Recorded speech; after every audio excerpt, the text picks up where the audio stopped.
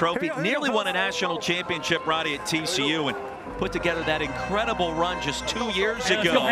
He's trying to get back in the NFL. He's got a chance to do some things. For Max Duggan today, it's going to be about anticipation and on-time delivery in the passing game to try and keep in rhythm. 12 personnel here from Memphis. Roddy hadn't started out games like this very often. Hand off to Sailors, and he will plunge ahead across the 35. Keaton Ellis tackles, 6-yard gain. Z fly, pass 15, Willie, X rage. Flank right, Sun, Z fly, pass 15, Willie, X rage. Roddy, I think that man right there, Phil Gahagan, the offensive play caller, he's expecting more out of Max Duggan today to see what his new starting quarterback can do. Of course, no Manny Wilkins. He was injured 3 weeks ago in Arlington. The time is now for Duggan to show what he can do. Backside pressure, he'll avoid it. Duggan will buy some time and a first down. Drive starts there for St. Louis. The hard play action, you're going to get pressure over here from the left side. Max Duggan just does a really nice job of scooting up in the pocket to avoid that pressure, and as he climbs, he's able to find some space, gets away from a defensive lineman, Boogie Roberts, and is able to get a first down. It's what makes Max Duggan so dangerous, and as Cole mentioned, 12 personnel, 2 tight ends to start the game. I wonder if it's going to be running the ball that's going to be the game plan for St. Louis. Sailor's going to get another touch, and he'll be driven backwards right at the line of scrimmage by Ellis again. So 2 stops for number 31 for the Showboats on this possession. That's a TFL and a loss of a yard. It was really caused by the penetration by Steele Chambers, number 42, the second leading tackler in the UFL, was in the backfield, pushed Jacob Sailors out wide so that the safety, Keaton Ellis, could come down and make the tackle. Set on! 180! Battlehawks coming off the tough win against Arlington, 12-6. Duggan going to air it out. Man-to-man coverage and incomplete. And some hand fighting deep down the field. Core Pearson, the intended receiver. Guerra in coverage. It's a good blitz pickup by that St. Louis front. A slot fade one-on-one. But these are the situations that St. Louis wants to try and avoid. Those 3rd and long situations, found themselves in too many of those last week. Only 3 of 13 on 3rd down for St. Louis a week ago. Well, the Battlehawks will bring the defense. Can the offense catch up in a game like today? On 3rd and long, here's Duggan. Pocket collapsing. Duggan's going to be driven down. Back inside the 40, Jalen Allen got there. And Allen out of Memphis, getting the job done for the Showboats and a loss of 7. Pressure's going to come right here. It's just one-on-one, and Max Duggan has to be able to climb in the pocket quicker. When he gets to the top of his drop, he's got space in front of him. If he climbs with some urgency right away, he'll probably have a chance to get out and create a little bit more, but he's not able to. And a 3-man rush ends up in a sack for Memphis. Something to watch today. Duggan and the dropbacks and making sure that he's either getting the ball down the field, getting rid of the football on time. We're seeing those kinds of plays well behind the line of scrimmage. Hop Richter, a brilliant punt. It'll be down inside the 5 by Miles Jones in poor starting field position for Memphis and quarterback Dresser Wynn. Another guy making his 3rd start of the season. This is a Memphis team that has had E.J. Perry start 3 games, Troy Williams start a game, but the last 3, it's been Dresser Wynn. Again, in that short to intermediate game, he's been very accurate. Let's go flood right slot. Z Casper, 35 Charles coming. You're at the comment, you're at the comment. Showboats coming off a very tough loss at Houston last week, 21-20. It was a scoop and score. Came in the second half that was part of the difference. Handoff and Eric Prince. Head to the 5, and that's it. Isaiah Mack met him right at the line of scrimmage. May have picked up a yard. Let's go rifle. For Memphis, the goal is to at least get 1 first down. It's the most important thing when you're backed up close to your own goal line. Will they have the confidence to throw the ball, though? St. Louis has 2 unbelievable pass rushers, and Travis Feeney and Peter Talmopinu. Hand off Prince again, right up the gut and across the 10. A quality pickup on 2nd and long. Mike Rose a tackle. Hey, go Rocky! Ronnie, I don't know about you. Prince got to get that thing up in there. A little bit of too much shuffle east-west, side to side before he got to the line of scrimmage. That thing was blocked well. For a guy that's 216 pounds and plays bigger than that, I agree, and he did on that one, Cole. Prince, another touch, and a first down this time. So offensive play caller Noel Mazzoni. Cole, you know Noel pretty well from your days down at Auburn. Took over my last 2 years there on the Plains and brought some new innovative ideas. We went from an isolation run scheme to a zone run scheme, and I can just tell you, he's one of the more player-friendly coaches you'll ever be around. Got to know him a little bit during his time at Texas A&M. Always an outstanding discussion. When a tough pass nearly picked off, and there was double coverage. Nick Whiteside probably would tell you should have reeled that one in.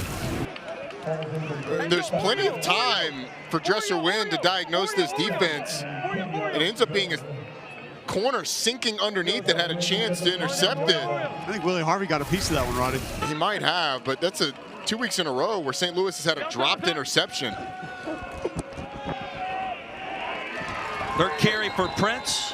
And on 2nd and long, stopped at the line by Travis Feeney. It'll be 3rd and 10. Hey, trio right. Not where you want to live against this defense. So I talked to Coach Mazzoni, speaking of before the game, about that, and he said 3rd and long are going to be a problem. We have to avoid giving these pass rushers room to tee off.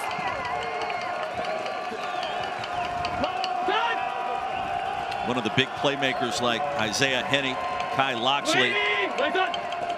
It's something deeper down the field. Wynn's going to be dropped at the 10-yard line. Talmopinu, a loss of 4. Punt team on the field for the Showboats. Peter Talmopinu coming off of the right side. I mean, it's just a simple, speed rush. He uses his hands to get around, rips underneath. Yeah. He has been unbelievable this season, certainly in the category or in the conversation for Defensive Player of the Year in the UFL, leads the UFL in sacks and comes up big. 6.5 now on the season for Peter. Here's Ja'Cour Pearson. Battlehawks with outstanding field position after this punt return all the way back into plus territory. Punt of 57, a return of 20. Possession number 2 for Max Duggan in St. Louis when we come back.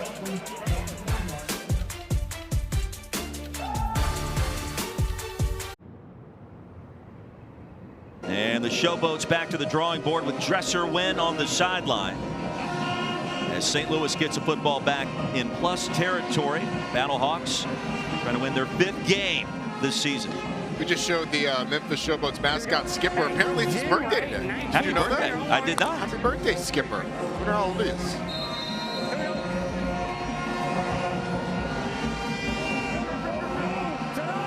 Jarvion Howard now running back.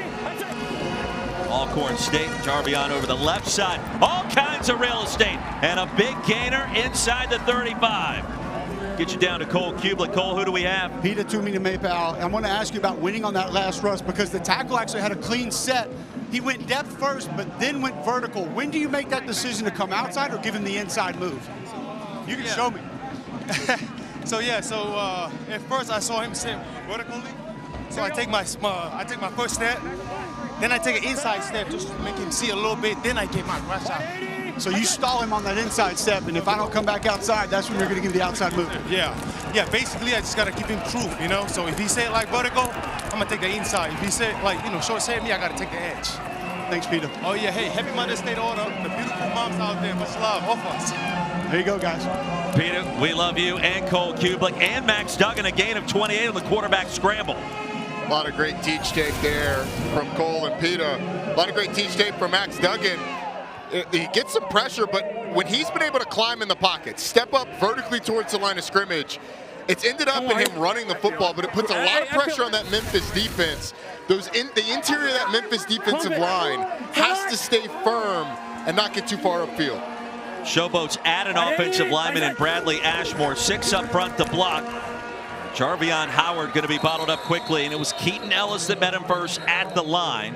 The penalty marker on the field. Illegal formation. Number 70 reported eligible, and he was covered up. Illegal formation, offense. Number 70 reported as eligible and was covered by another eligible receiver. It's a 5-yard penalty, still first down. Brian Banks, our referee today, and Anthony Beck wanting to understand a little bit more about the latest infraction. They'll push it back just inside the 10, and it'll be first and goal from there. Yeah, when those big offensive linemen come in and line up in the tight end position, they report as eligible, which lets everybody know they can catch a pass. If you don't do that, then obviously an offensive lineman can't do it, or a lineman with the lineman number, but receiver can't be covering him up on the line of scrimmage outside of him. Duggan will keep it and get punished for it by Ellis. Stopped at the 6.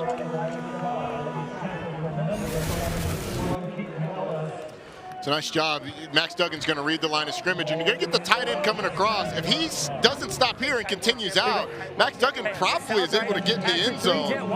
You get the pull read, but the tight end, Jake Sutherland, stops and looks at the guy who is crashing down. Look at Keaton Ellis crashing down right there on the edge of the line of scrimmage. Could have gone out, gotten that arc block, and Max Duggan would have scored. Duggan already with 43 yards on the ground. To the air this time, and nearly intercepted at the goal line by Steel Chambers. That's one he should have had. It was thrown right in the breadbasket. I mean, it's an absolute gift. Just a presence. Steel Chambers is right here, and Max Duggan's going to try and throw a dig behind him. Steel Chambers is right underneath. I'm not really sure what Max Duggan's looking at. That's a Mother's Day gift, a present handed to Steel Chambers that he rejected. And Rodney, coaches always teach those quarterbacks down in the tight red zone, you better throw that football up by that crossbar so situations like this won't happen. And Frank Darby was right there by the crossbar. This time it's Duggan across the goal line, plunging in. And on 3rd and goal from the 10, here comes St. Louis, the early score. Max Duggan, he has not been effective throwing the football, but he has been incredibly effective running the football. Steven Gonzalez, the left guard, throwing a crucial block right at the goal line, and Max Duggan's legs proving dangerous once again. Well, Roddy, you also saw Roy at the end of that play why this staff said they didn't want to do that a whole lot. He took a pretty big shot right to the chin as he crossed the goal line there. Yeah, but if you watch that Big 12 championship game back in, what was that, 2022? He takes a lick and he keeps on ticking. Kansas State? Yes, sir. I remember that very well. He lost the game, but he won the war because, man, was he tough in that one. This conversion attempt brought to you by Ortho Home Defense. Go for one. Hey, Monday. Set up. Ashmore checks back in, the extra O-lineman. After the 47-yard drive. Howard going to stutter step, dive across. And it's 7-0 Battlehawks.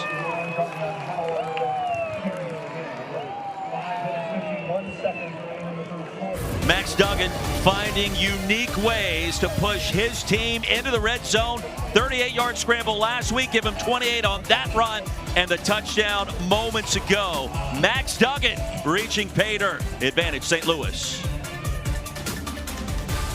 Favored for a reason with 4 wins already. Memphis at 1-5, and Max Duggan requiring a little bit of extra attention after that quarterback plunge across the goal line. They were working on him during that last timeout. Roddy Jones, Roy Philpott, Cole Kublik, Harry Douglas here at Simmons Bank Liberty Stadium.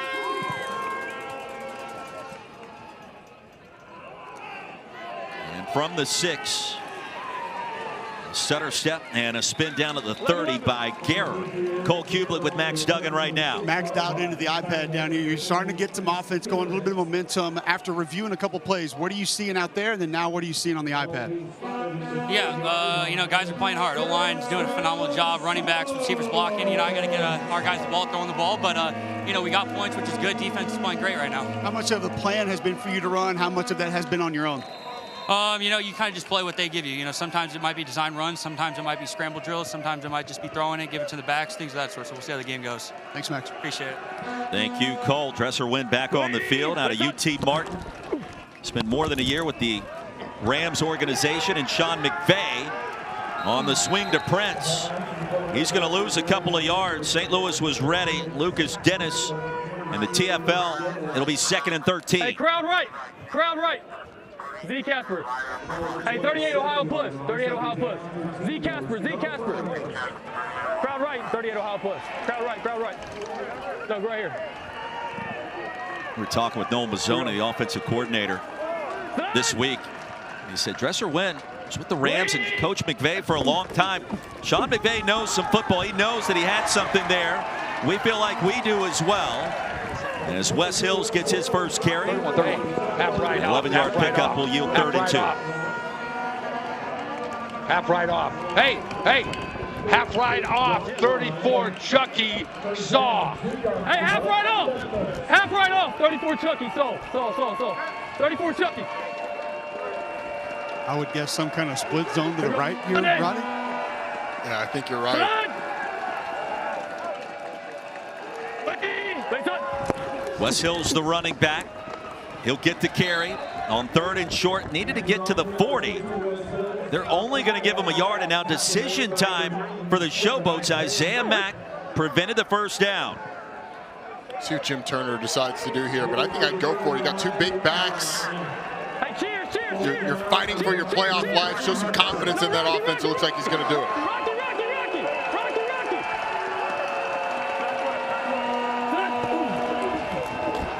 Hill straight ahead into a pile, and I don't think so. Needed to cross the 40. He stopped a yard shy. It was Carson Wells, and the Battlehawks will get the football back.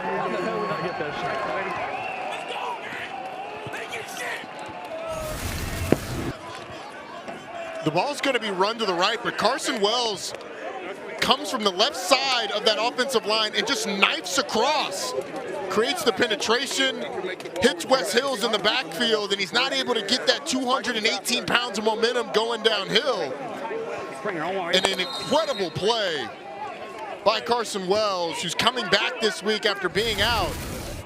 Great play on a 4th down. 3rd year with the Battlehawks organization. Played his college ball in Colorado. Handoff to Sailors. And tackled after a gain of 2 by Lance Boykin.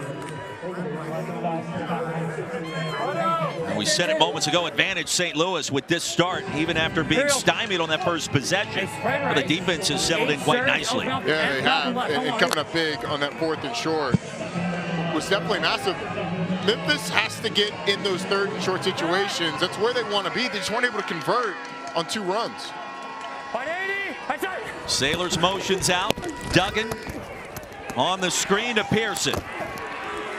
And torpedo down near the 40. He lost a couple of yards. Bronson sniffed it out.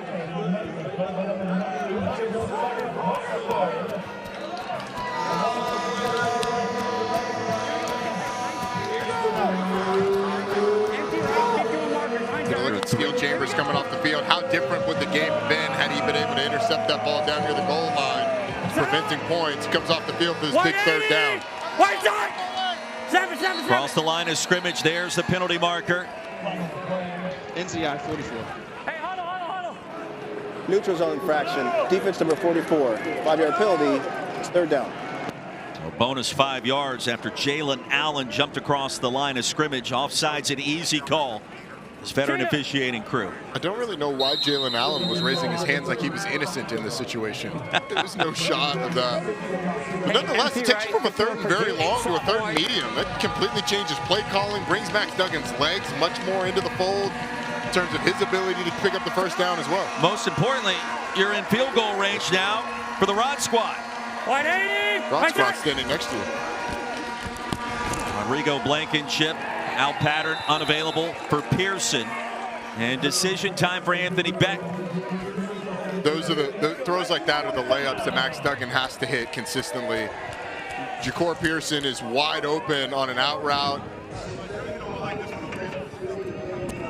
Corner's got inside leverage. It's a give me 1st down. You got to be able to convert those, but a long field goal here. 53-yard field goal attempt. Rodrigo Blankenship has been perfect this season. He has not missed, and clearly in his wheelhouse. Played the college ball at Georgia, and Blankenship I tell you what, he is NFL ready. You talk to folks inside this league, and Blankenship ready to jump back into the NFL. That's a key reason why he's money that side of the football field. 10-0 Battlehawks, don't forget. Next week, UFL starts Friday. Memphis and San Antonio will lead the charge, 8 Eastern on Fox. Then on Saturday at 1 o'clock Eastern, Michigan and the Roughnecks, who are suddenly absolutely scorching hot. Look forward to that matchup. And then Arlington takes on DC to wrap up the weekend. Stallions, Battlehawks as well. Fox and ABC all headed your way next Saturday and Sunday as we get a little deeper into the UFL season. It's been a fun season and such tight races in both of the conferences. Right now, Memphis still fighting for its playoff life. Could be eliminated mathematically today with a loss. It's on life support right now. Exactly. They've dug themselves in a 10-0 hole. Thing is, they've got to start winning. They've got to start winning the field position advantage. St. Louis has had 2 straight possessions that started in Memphis territory. Memphis has dropped an interception that could have prevented one of those touchdowns, the only touchdown of the game. So just little mistakes has Memphis in a big hole.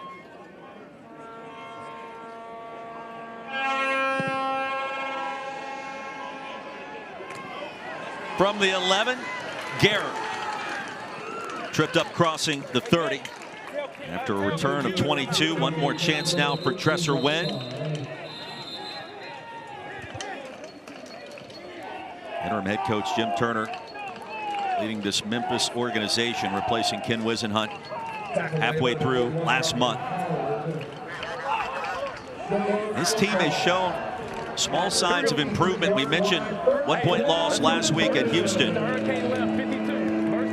It's their second 1-point setback to the Roughnecks this season. And they also have a win in Birmingham the previous week, 24-20.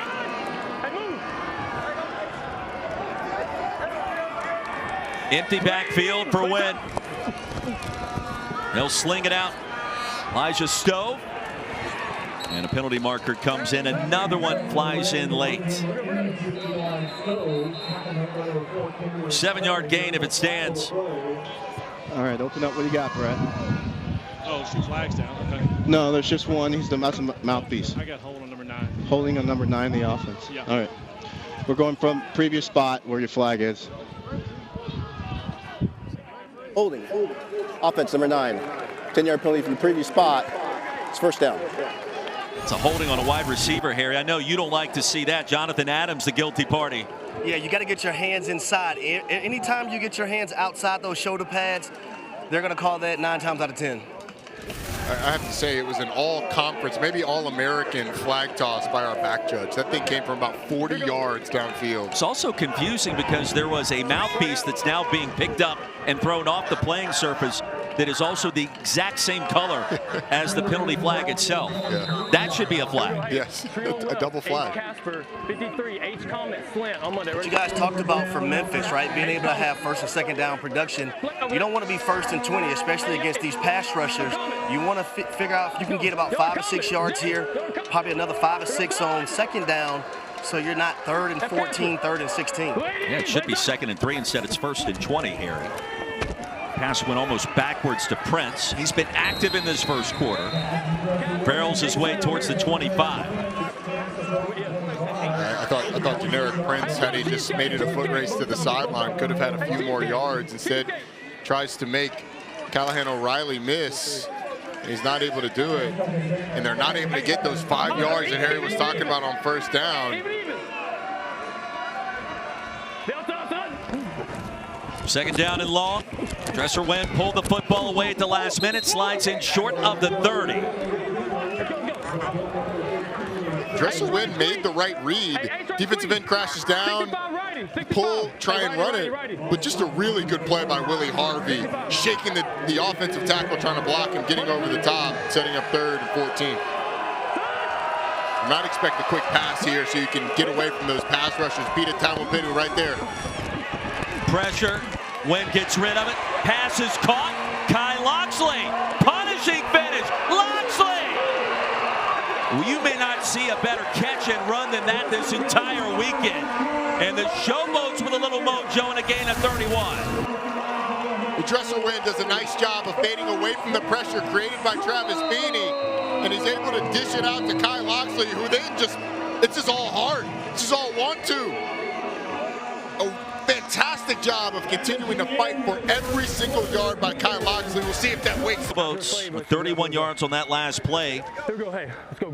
Longer than their first 12 plays from scrimmage prior. Ryan and Roy back with you in the booth. Harry and Cole on the sideline. An important possession for the Showboats. A game that Memphis has to have to stay mathematically in that postseason hunt.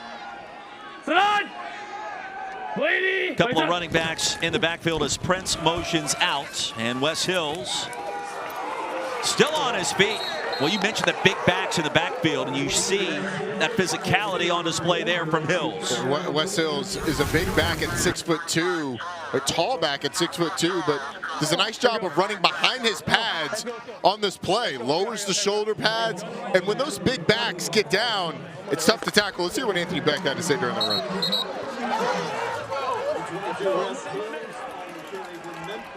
Gonna wrap him up. It's a lot to wrap up, though. When 6'2" goes horizontally, it's hard. It's a big dude. Swing pass again. Here's Prince. Full steam ahead inside the 25, and that'll pick up the first. Well, Prince, he kind of gets going. Been so good at, Roddy, is building off things that work. You get a little success in the run game. Had the exact same motion on the previous play. So what does he do? He comes back to it again, makes you think, oh, we'll just run the same play. Hits that motion based on what the defense was giving you. File that away in the category of football ain't that hard, man. Well, that's what Benton Leard used to always tell Coach Mazzoni, but then as we told Coach Mazzoni in the meetings, why did he throw interceptions? Amazing how that works. Haywood Davis was open. He slid in trying to catch it, couldn't do it. 10.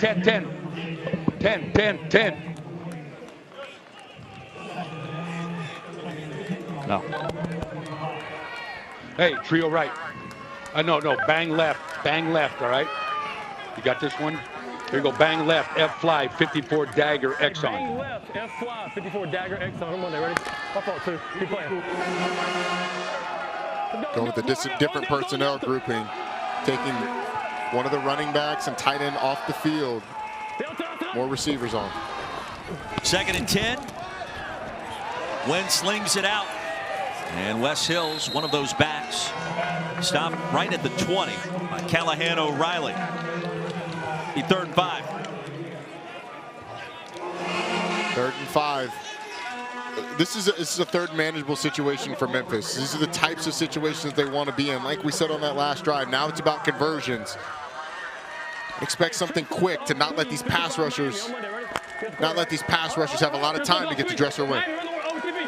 Noah Mazzoni actually told that to us verbatim. His conversations with Dresser Wind. Get rid of that, you know what, quick.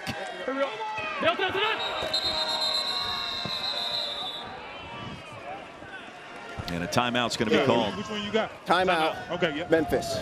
It's their first of the half. It'll be 30 seconds.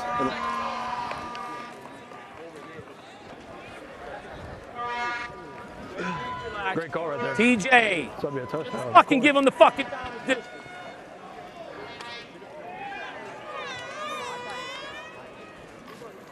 Jim Turner not necessarily pleased with that last sequence. You got to get your. Don't overdo it. Hands it out there. You follow me? Oversetting. Talking to some of his offensive linemen. The thing that caused that timeout having to be taken, though, was Isaiah Washington was late onto the field, and the defense has to be given a chance to match the substitution by the offense, so the officials were holding the ball. Actually probably would have gotten the snap off before the delay of game, but Jim Turner didn't want to take that chance.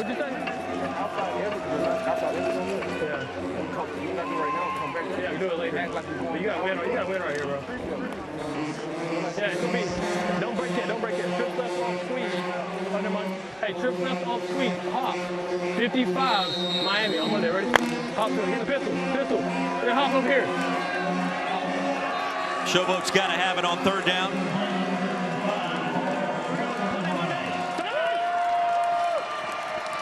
Hey, go out the forward. 8 in the box. St. Louis. Pressure's on. Wynn gets rid of it. Incomplete.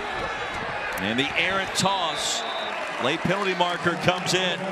Willie Harvey was crashing in quickly. Defense. 22. All right, so we're going to at your spot. Pass interference. Defense number 22. The ball replaces spot of the foul. Automatic first down.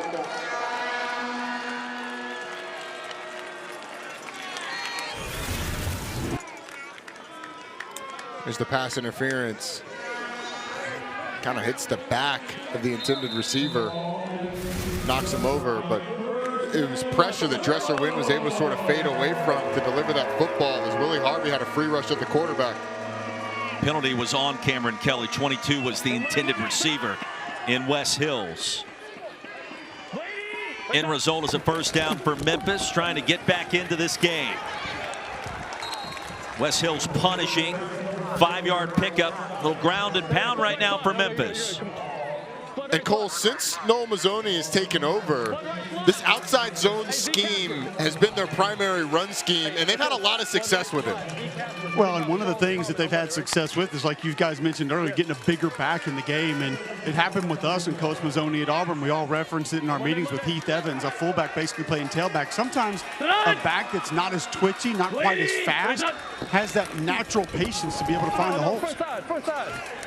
Very much an art as opposed to a science. And Noel Mazzoni told us this week, stretch is stretch. That stretch play outside zone. Ran it at Auburn, ran it at Texas A&M, all these various stops, UCLA, and now in the UFL. And Jim Turner told us too, Noel Mazzoni, that man, one of the big reasons why we've been in the games that we've been in, and we've kind of turned this thing around internally. It was really funny talking to him. He's still learning the names of the guys on the offense and trying to install a new scheme and mentality. So you're kind of building a plane as you're flying it. But as long as the name tags are on, I think he's going to be all right.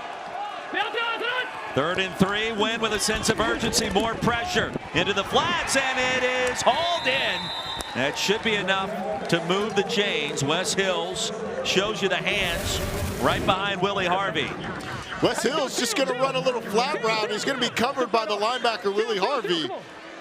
But he's able to out-leverage the linebacker in a nice delivery by Dresser Wynn, whose favorite targets today have been the running back. And he was stopped just short. It'll be 4th down.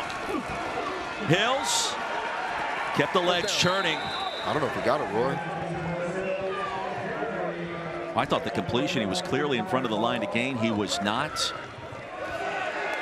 And the Battlehawks are able to hold again on 4th down. Well, that drive comes to a screeching halt.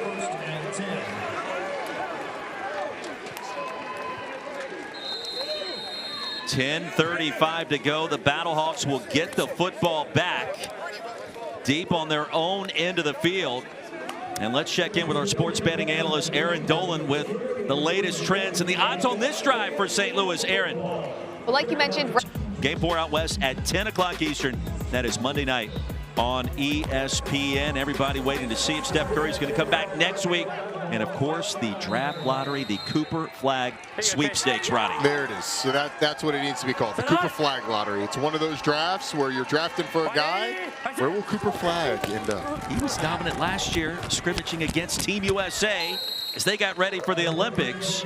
And we saw what he was able to accomplish at Duke. We will see where he ends up, because the #1 pick is certainly going to select Flag. As Jacob Sailors plows ahead back to the line of scrimmage. This feels like a big defensive possession for Memphis. The field position has drastically been in St. Louis's favor. Now St. Louis backed up. Memphis can come up with a stop. Their offense has found some life.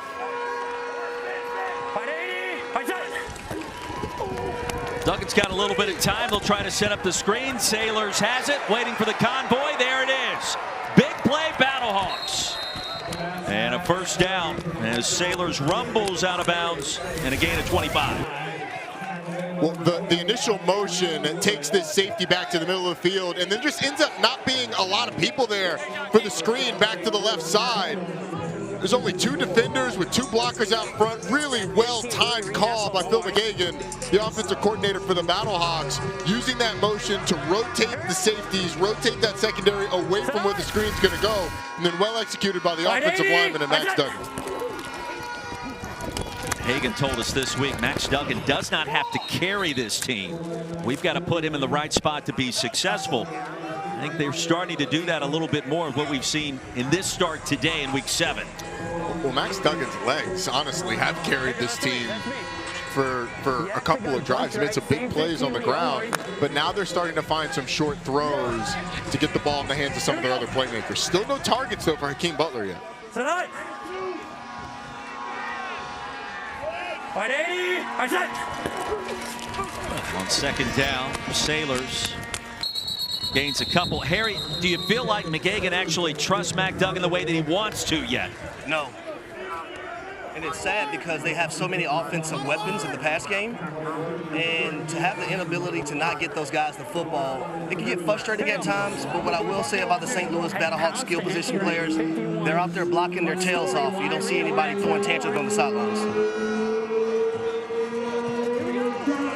Did Harry just drop the mic after that? He basically did. He was speaking on behalf of his receiver brethren. 180. 3rd and 7. Duggan, pressure. By a little bit of time, flinging out to the perimeter, and the pass is going to be hauled in. Gary Jennings stayed in bounds. Well, the offensive line does a nice job this time on the 3-man rush, and just gives Max Duggan plenty of time. Hakeem Butler's hooked up over the middle of the field, but he goes out wide, and Jennings is able to make the catch, but I think he's just short, Roy.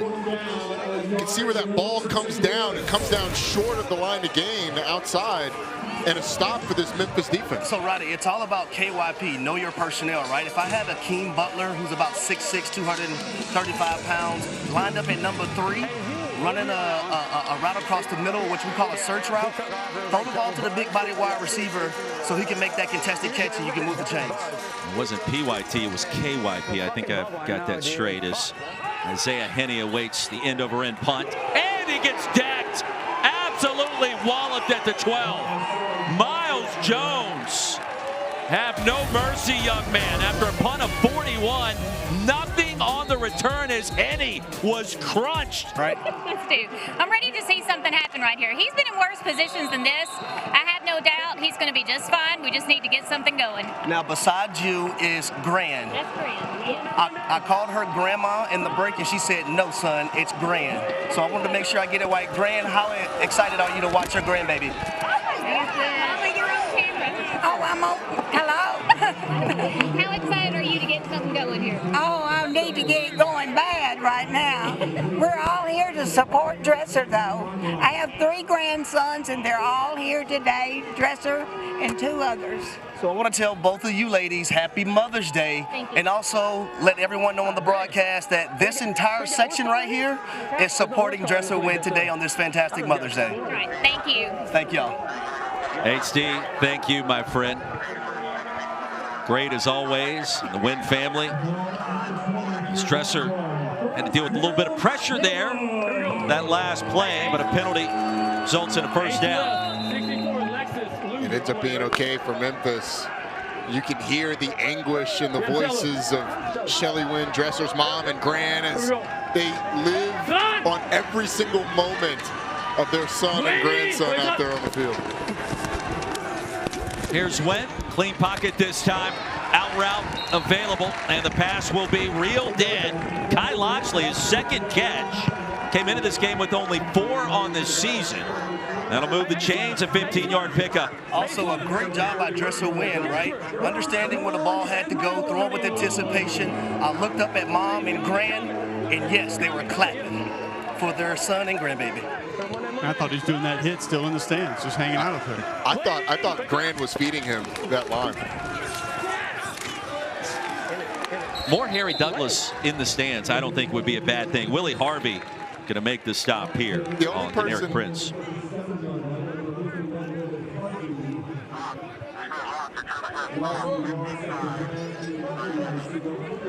Here we go. So good. Let's go. Let's go. Hop. The trips left off 55 Miami. I'm Monday, ready? Let's go. Let's go. Hurry up. Hurry up. Monday. Showboats down 10. Second down and 11. Prince remains in the backfield. Battlehawks shows some pressure. And underneath it goes Isaiah Washington. Will high step his way close to the line to gain.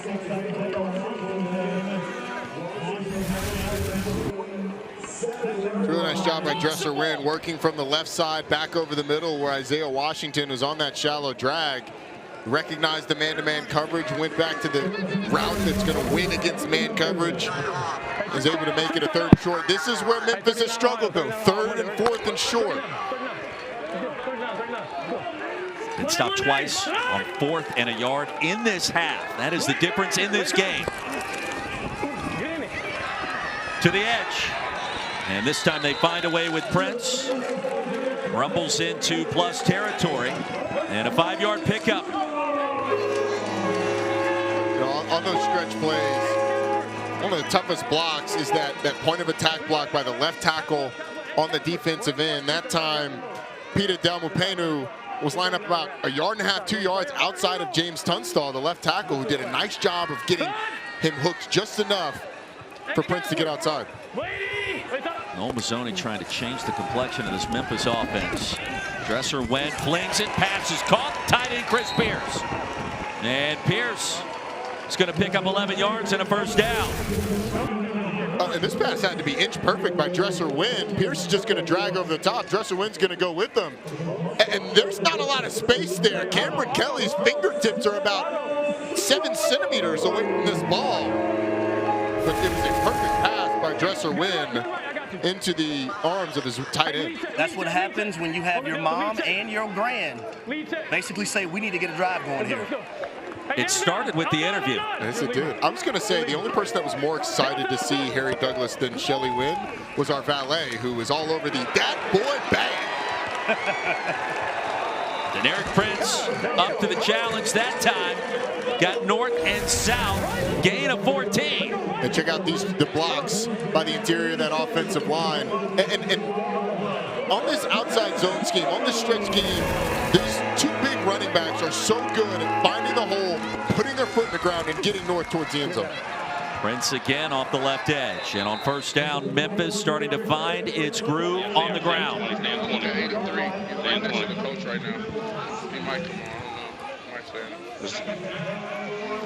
Let's go flex 53 Jade. Flex 53 Jade. Flex 53 Jade. This pass out of the backfield. You're faking me. Yeah, on the delta, No, you're going to Buck Alley. They'll run the reverse. Adams has it. Blockers in front and upended inside the 10. Oh, a first down for Memphis, and again inside the red zone.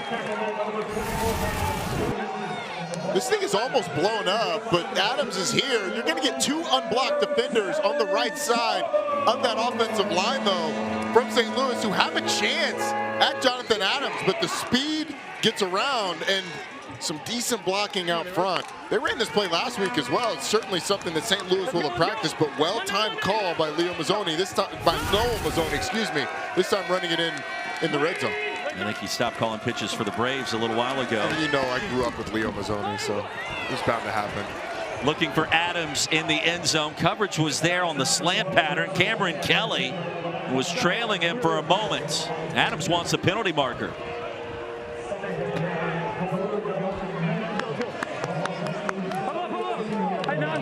Let's go. Jim Turner thinking about the super challenge.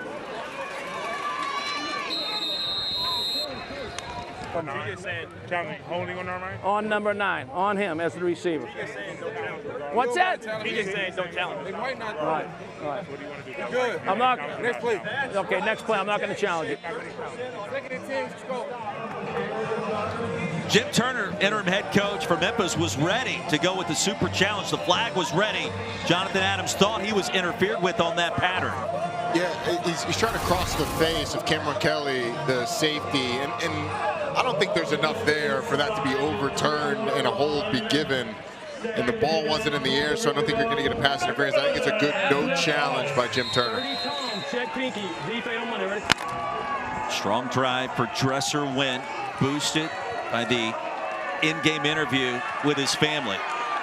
10th play of the drive coming up on 2nd and goal. Here we go, let's go. Sun has popped out for the first time today. Prince on the toss. Deneric Prince to the edge. Inside the 5. Mike Rose, he'll barrel him out of bounds. I really like that play call from Noel Mazzoni. Just using the defense, using defense's leverage against them. They didn't have very many guys the same side as the back. Just release the tackle to go out and block the run support defender from the secondary and have the running back outrun the linebackers.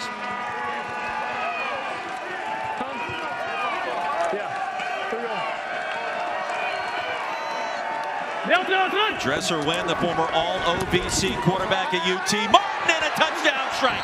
Jonathan Adams rips it away.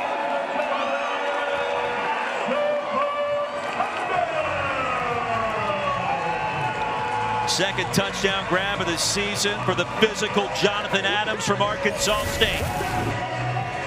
You're going to get a blitz from the linebacker, and then 3 defenders jump outside of Jonathan Adams, who just hooks up in the vacated zone. And finally, Shelly Wynn and the Wynn family and Grant have something to cheer for as their baby throws a touchdown pass to bring Memphis to within 4. On Mother's Day, Memphis now will go for the 2-point conversion from the 5-yard line. Prince will motion out an empty backfield for Dresser Wynn. He's got time. Feeling the pressure, the ball pops out.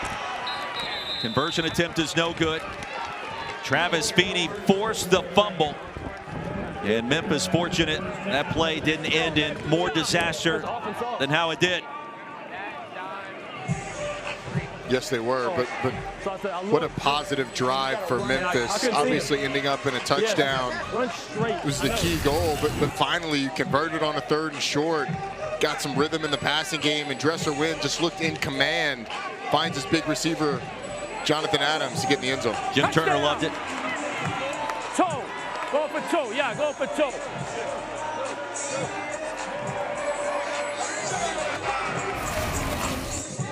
Jim Turner, a guy who made multiple boxing references on our call with him this week. He's a big fan of Marvelous Marvin Hagler and Rocky Marciano. He knows this is a 12-round fight. This wasn't going to be a first-round knockout for either team. And Dresser Wynn is showing that he is up for the fight. The resilience of this offense after being stopped twice on 4th and short. Didn't hang their heads, just went back and went to work and got in the end zone. Noel Mazzoni told us, I didn't know who Dresser Wynn was, but when I turned the film on, I said, I got to find out who he is and talk to him. Turns out he's the new starting quarterback. And he's got Memphis in position. Blake Jackson from the goal line. Upended crossing the 20. $1:45 to go after a return of 22.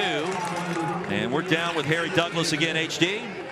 I'm here with quarterback Dresser Wynn for the Memphis Showboats. 4 for 5 on that drive and a touchdown pass. How did it feel out there? Felt good to get some rhythm going. So, hey, when you get some rhythm going, you get a little confidence, and everybody starts playing a little faster, a little smarter, gets a little confidence, like I said, and offense moves better. So right when that drive was starting, I interviewed your mother and also your gran, and they said that you needed to get a drive started. What do you say to them right now? I say they're right. They're hard on me, and I love it. So, yeah, they're right. And I guess I answered for them. So there we go. Great job, buddy. Appreciate you. Harry, great job by you as well. 1st and 10 Battlehawks, and the draw. Sailors across the 25 to the 27. I like the decision to go with the draw to try and get the drive going. It puts you in a 2nd and medium. St. Louis is going to start to go fast if they can get this drive going. Dump off route. And Akeem Butler drifting backwards. That'll be his first reception of the season that didn't end in a touchdown. True jet. True jet. That seems like a moment there for St. Louis. Trying to get Akeem Butler more involved, drawing all the attention to come back with Darby. And not this time. Great coverage by Boykin. This pass game has really not been able to get going today.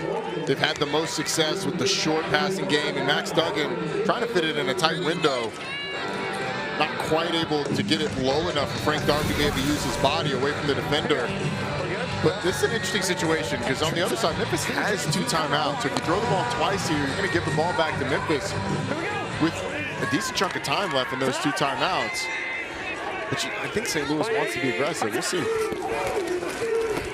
Duggan will try to push it down the field. Heaves one deep. Darby is there, and he brings it in Memphis territory, and a massive conversion. And a gain of 29. They do a really good job of stretching the safety. You can see him to the top left of the screen. He starts to drift inside. The cover 2 safety is responsible for that half of the field. He starts to drift inside with Ja'Cour Pearson, which leaves Frank Darby wide open on the corner route. A good delivery by Max Duggan, hitting a layup there. It's important for this Memphis defense. They gave up a touchdown right before halftime last week versus Houston. So you want to kind of get a stop here or hold them to a field goal. You don't want them to get into the end zone. Back-to-back receptions by Frank Darby. Cole, I have to imagine that we see Max Duggan's confidence perhaps improve a little bit after a little bit of a slow start. He was 4 for his first 8, then back-to-back tosses that were grabbed by Frank Darby. Well, I don't think there's any doubt. And the messaging around a couple of members of this offense on the sideline after 2-3 drives was we just need a completion. He just needs to get the ball in the hands of a receiver, get some positive yardage. Now really feels like he's found a little bit of momentum, a little bit of rhythm. It's been lacking. Pearson goes in motion. And a quick strike on the slant. Pass is caught. That's enough to move the chains again. It's Gary Jennings, so it's Duggan. He has been accurate. Gain of 15. He's spreading the wealth around on this drive, too. And that was a very good on-time pass by Max Duggan, hitting the top of his drop, delivering the football. A different Max Duggan through the air on this possession. It's back to the ground. And a short gain of 1. So, Roy, what helps that confidence for Max Duggan in a 2-minute situation is 2-minute, right? You know you have to throw the football. You don't have to think about anything. Plays are just being called. You're going up there, you're lining up, and you're delivering the football to your guys.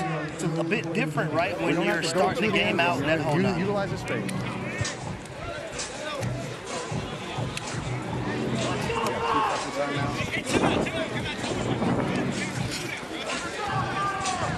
Is it close for that? Because we're good? Too close?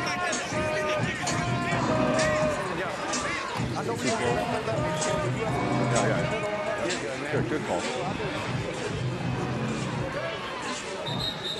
Coach Beck has the announcer voice, by the way, because he used to be a television announcer. It's a very good one, too. A great one, the former first-round pick of the Jets back in 2000. Well, keep in mind what we've seen here on this drive, guys, a lot of the quick game stuff. Now, Bill McLaughlin is a little bit more of that West Coast offense, some of the longer developing plays. But Max Duggan background, that's air raid. His college coach was an air raid disciple, so quick game is something he's more familiar with, and maybe one of the reasons for the success on this drive. Fair to say Sonny Dykes, Mr. Air Raid. He's part of that tree that goes really deep back to the 1980s. On second down, Duggan wants to throw it, and he does. Delivers the goods, and they are grabbed. Pearson came back a little bit for the touchdown. And from 13 yards out, here comes Max Duggan. He's entered the chat. He looked like a different quarterback on that drive. Certainly did. And the time that he was given was tremendous as well. Ja'Cour Pearson, you're going to get a couple of short routes from these 2 outside receivers, and then Ja'Cour Pearson just right over the top of them. Gets one-on-one coverage. End up switching off so that you've got the underneath defender chasing, and a really nice throw by Max Duggan away from Eric Guerra and in the hands of Pearson. Go for 1. Duggan 4 of 5 on that drive for 65 yards. Saylor's the running back, and from the 2-yard line, he's going to get close to the goal line. And they will say he was stopped short.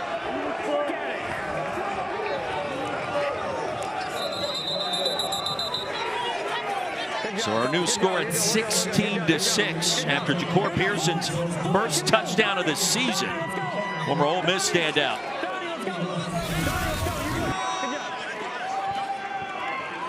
Look at this. Look how Jacob Saylor's got close. He gets turned, and from that angle, certainly agree. Although does reach that ball out. I think he's in. From that look, it looks like before anything goes down, he reaches that ball across, and when he comes down, the ball is certainly across the line. That's the only thing that matters. He's down. I just saw a couple. Sorry, guys, that was Jared Jones-Smith just grabbing the mic. When an offensive lineman comes over, I'm just going to let him have the mic. I'm sorry. Rightfully so. We'll check in with the Verizon Command Center. Dean Blandino. Nothing down the line. That's the key. The near card is not on the line. This is my best look, and I can see the knee down, but I can't tell where the ball is in relation to the goal line. So we're going to let it stand. We're going to let it stand. Nothing definitive. Ruling stands. All right. After review, the ruling on the field stands. The try is no good. Check in again with Cole Kublik. Fellas, I got you. Corey Pearson caught that touchdown pass. Just man-to-man on that one. Was that just winning a one-on-one? Yeah, it was man-to-man on that one. Wait, first thing I got to say, happy Mother's Day to my mom. I love you. But yeah, it was man-to-man out there. And it was just easy conversion. We killed it. We had the look we wanted. Touchdown. What's Akeem Butler bringing you these gloves for? What's that all about? Yeah, they didn't want to let me wear my grip boots, but we still in the end zone, though. What, they banned the gloves? Yeah, They're too sticky? They banned the Just Chill gloves. They told me just chill. What's wrong? Let's see them. What's wrong with them? I don't got them. There we go. It's like little leaguers with illegal bats, guys. Unbelievable. Breaking news, Cole Kublik on the sideline. I didn't know that gloves got canned. I thought they were all just super sticky. This would be my expectation. Garrett, in coverage moments ago, slides down as he fell down across the 25. Week 8, UFL starts Friday with Memphis and San Antonio. That's at 8 Eastern over on Fox. Saturday at 1 o'clock on Fox, see either Michigan against St. Louis or Birmingham at St. Louis. That's Michigan and Houston, Birmingham at St. Louis. Sunday at noon on ABC. Arlington takes on DC to wrap up the weekend. Week 8 of the UFL, the playoff push is on. And for both of these teams today, it means a little bit more. Memphis has to win this game to stay in postseason consideration.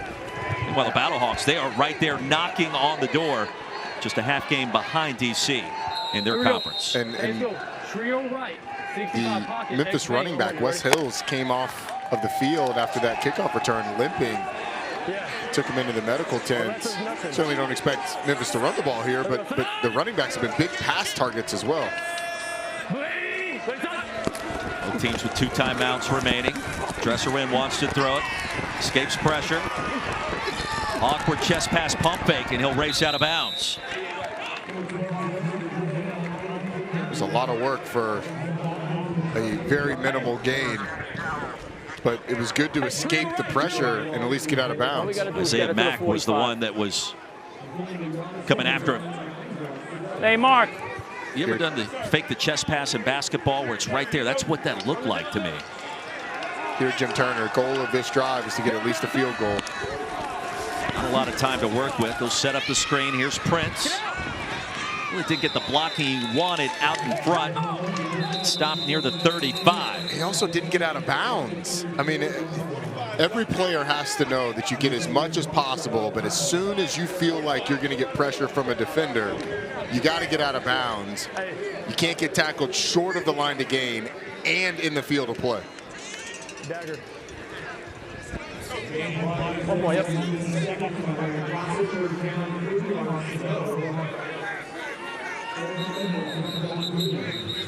Jim Turner contemplating this third down call. So see Noel Mazzoni. Hold on. It's going to be stack right empty, 53 HBO. Don't leave yet. Don't get pressed up so I can win. Here's 2 fields. Here we go. Stack right empty, 53 HBO Monday. Ready? 19 seconds to go in the half. 3rd down and 3. Monday.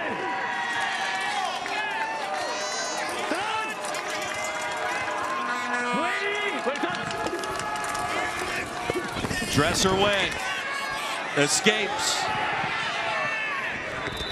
Had to poke the football out in front of him to try to get the first down. It was close.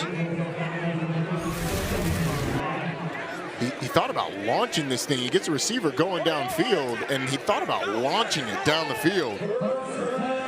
Probably wise that he doesn't into double coverage, but Dresser-Wynn took a peek. Ultimately gets the first down. Now you're 13 seconds left, 1 timeout. Everybody has to know that it's got to be out of bounds or past the sticks. If you get tackled in the field of play, past the first down line, you're likely either spiking it if you can get up quick enough or calling that last time out, but you want to get out of bounds if you can. I know, but we had no. Delay of game. Offense. 5-yard Something penalty. you can't afford. First down. Delay of game penalty. Certainly don't love it. Back them up 5. Reset the game clock to 13 seconds. Spot it at the 32. This offense probably needs 25, 30 yards before you're in comfortable field goal range. Coughlin is connected from 52 yards this season. Dresser went going the wrong direction. Paynu came in number 7, as does a penalty flag. Zap 10, right? Zap 10. Just Zap 10, yeah. Do they want to take a timeout? Find out if they want to take their last timeout. He does not want to take it. All right. Intentional grounding. Offense number 12. Penalties of loss of down by the foul. It includes a 10-second runoff. That's the end of the half. 8 seconds to go, and Dresser went going in the wrong direction. The intentional grounding call. Yeah, so Dresser Wynn is trying to escape the pocket, but the pocket's determined by where the tackle is at the start. Who is NFL ready and has yet to miss a kick this entire season. From the 6-yard line.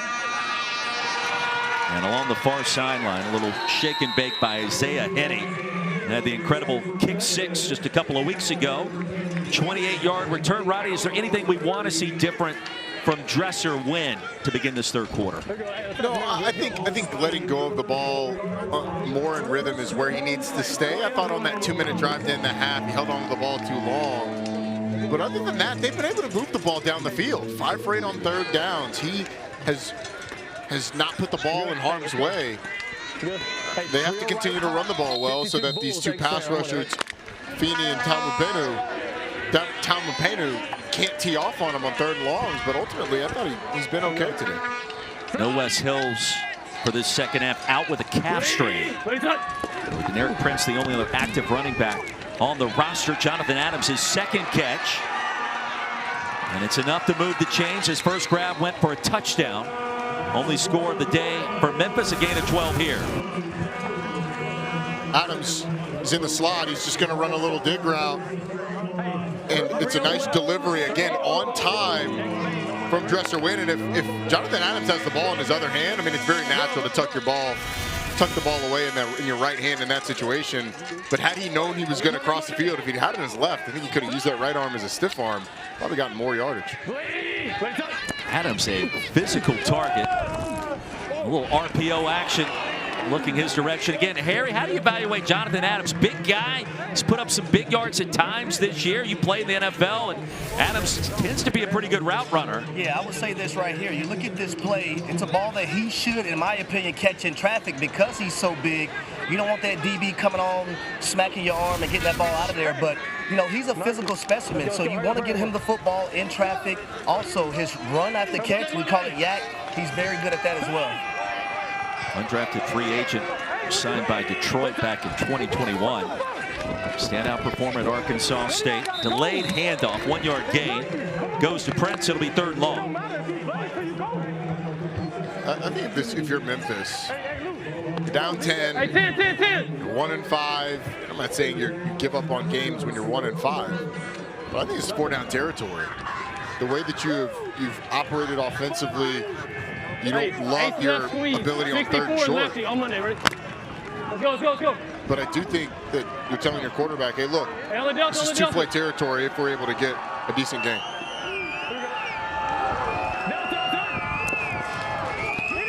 Here's Wynn. Quick strike looking at Adams. And was wide of the intended target. It'll be 4th and 9. Well, Jonathan Adams on that route, you have to keep running. Don't slow down. You don't know where you're going to get the football, but you run the route as if you're going to get it every single time. Harry, how much of that is a bigger receiver that is typically outside? He does play in the slot, but playing in the slot more to try and get him open and just not understanding that. How much do you think that it is that aspect of it? Well, it plays a factor, but it's also good teaching tape, right? So when you get back in the meeting rooms or you get to the sideline, your quarterback will tell you, hey, I'm expecting you to keep running out on this route and not throttle down. Matt Mingle Punts it down to the 12. Here's Pearson. Had a touchdown, his first of the season in our second quarter. We'll stay here for the Battlehawks after a punt of 41, a return of 16. And Max Duggan, who I thought appeared played a different level, a higher level, that final touchdown drive of the half for the Battlehawks. Let's see what happens here. Harry made the point going into halftime, and you could hear Max Duggan say in the mic'd up that we played earlier in the half, he was in a rhythm. And a lot of that was because of the 2-minute offense. It allows these quarterbacks to worry about so much less. The defenses, as you go with tempo, are typically simpler. The play calls are coming in quick. You're just having to play fast. See if he stays in that rhythm. Screen pass to Blake Jackson. Sniffed down at the line.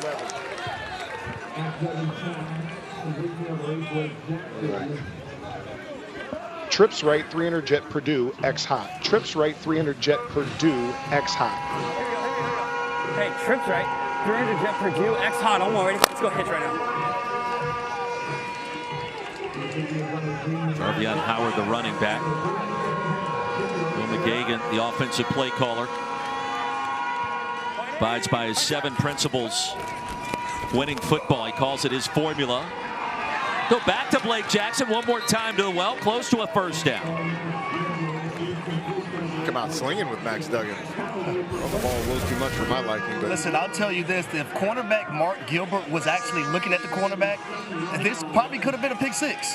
Yeah, when he broke in that ball, his eyes went straight to the receiver. But he probably arrived, Harry, earlier than he thought he would. I agree. 3rd and 1.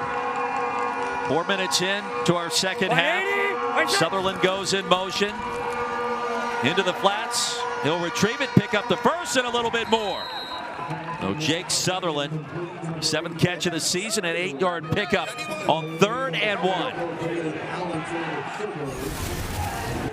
It's really nicely done by Blake Jackson, who's going to block the in-man on the line of scrimmage as Sutherland goes out. And the reason this is not offensive pass interference is because the ball is caught at the line, at or behind the line of scrimmage. No OPI, well done, well designed.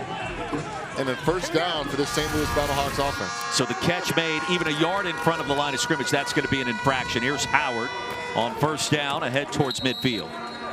That is correct, yeah.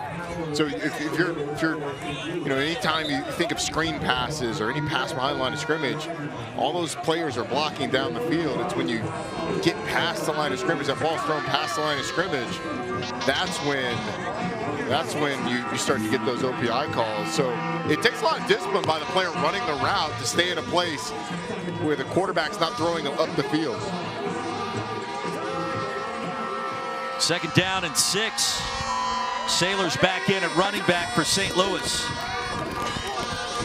Duggan floats the screen pass. And a short gain bring us to 3rd down. As Sailors had to jump up to make the grab. Kerry Woods brought him down to the turf. Just a little screen pass. Sailors going to come to the line of scrimmage and then leak out, get a couple offensive linemen in front of them. And it's not poorly played by this Memphis defense. Safety coming down, making a play, and Big Boogie Roberts at 290 pounds, able to get in the alley and finish it off. Boy, if you stop that right after he gets to the back of that drop, it looks like it's set up perfectly. Yes, it does. Great point. Jaron Horton, defensive play caller for the Showboats, done a nice job this year, including today. Quick delivery, and the pass was tipped at the line of scrimmage by Bronson. Gary Jennings was trying to break free inside the 40. Max Duggan, not the tallest quarterback in the league at 6'1". And Josiah Bronson just gets his big mid up in the air and hits that ball down. It's a good stop by Memphis defensively. Feels like one they needed. They had to have early in this second half. It's never a small mitt either. No, I would never characterize a defensive lineman's hands as small, because they put them hands on me and the hands gonna look real big. It's unpleasant. It's not fun. Offense number 84, 5-yard penalty. It's 4th down. Cole, did you ever play against defensive linemen with small hands? Would you ever Not say? that I can recall, no. Yeah, they've all got always big and heavy hands. They all work on the grip string too. You got to strike and shed, get your hands on somebody, hold them, hold that point of attack, and then throw them left to right. So whatever that is with the little vice grip deals, or holding the plates, or holding the bumpers. Yeah. That was In the Trenches right there on the Cole Kublik podcast we just heard from. I lived with a couple of defensive linemen. They used to talk about fast and violent hands. Wouldn't even let you touch them. They'd slap it down. Wow. Harsh.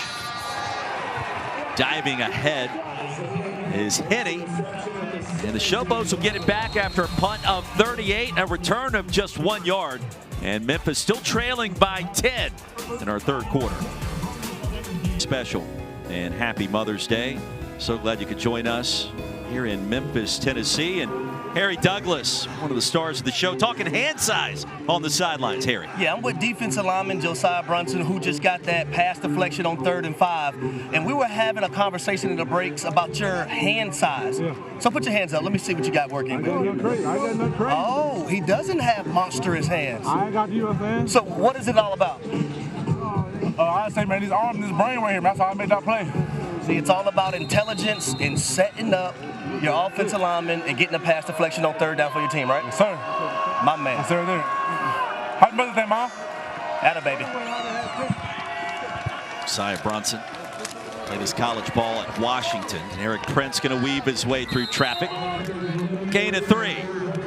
So what I take away from that interview, big brain over big hands. And Cole, you were telling us from an offensive lineman perspective, sometimes it's not the size of the hand in the fight. I think it's more about accuracy. It could be, big hand, small hand, strong, whatever it is. You know how to land your punch. That's going to ultimately give you that initial advantage, whether you're an offensive lineman or defensive lineman. You get your hands inside, you can consistently land it. We see tackles that bear hug guys all the time in their pass sets, or you see D linemen that get their hands outside the framework of an offensive lineman. You're going to get taken advantage of, and that's going to give me an advantage from a leverage perspective, a push perspective, and the perspective of being able to hold the point of attack. 3rd down and 7, halfway home in our third quarter. A big play coming up for the Showboats.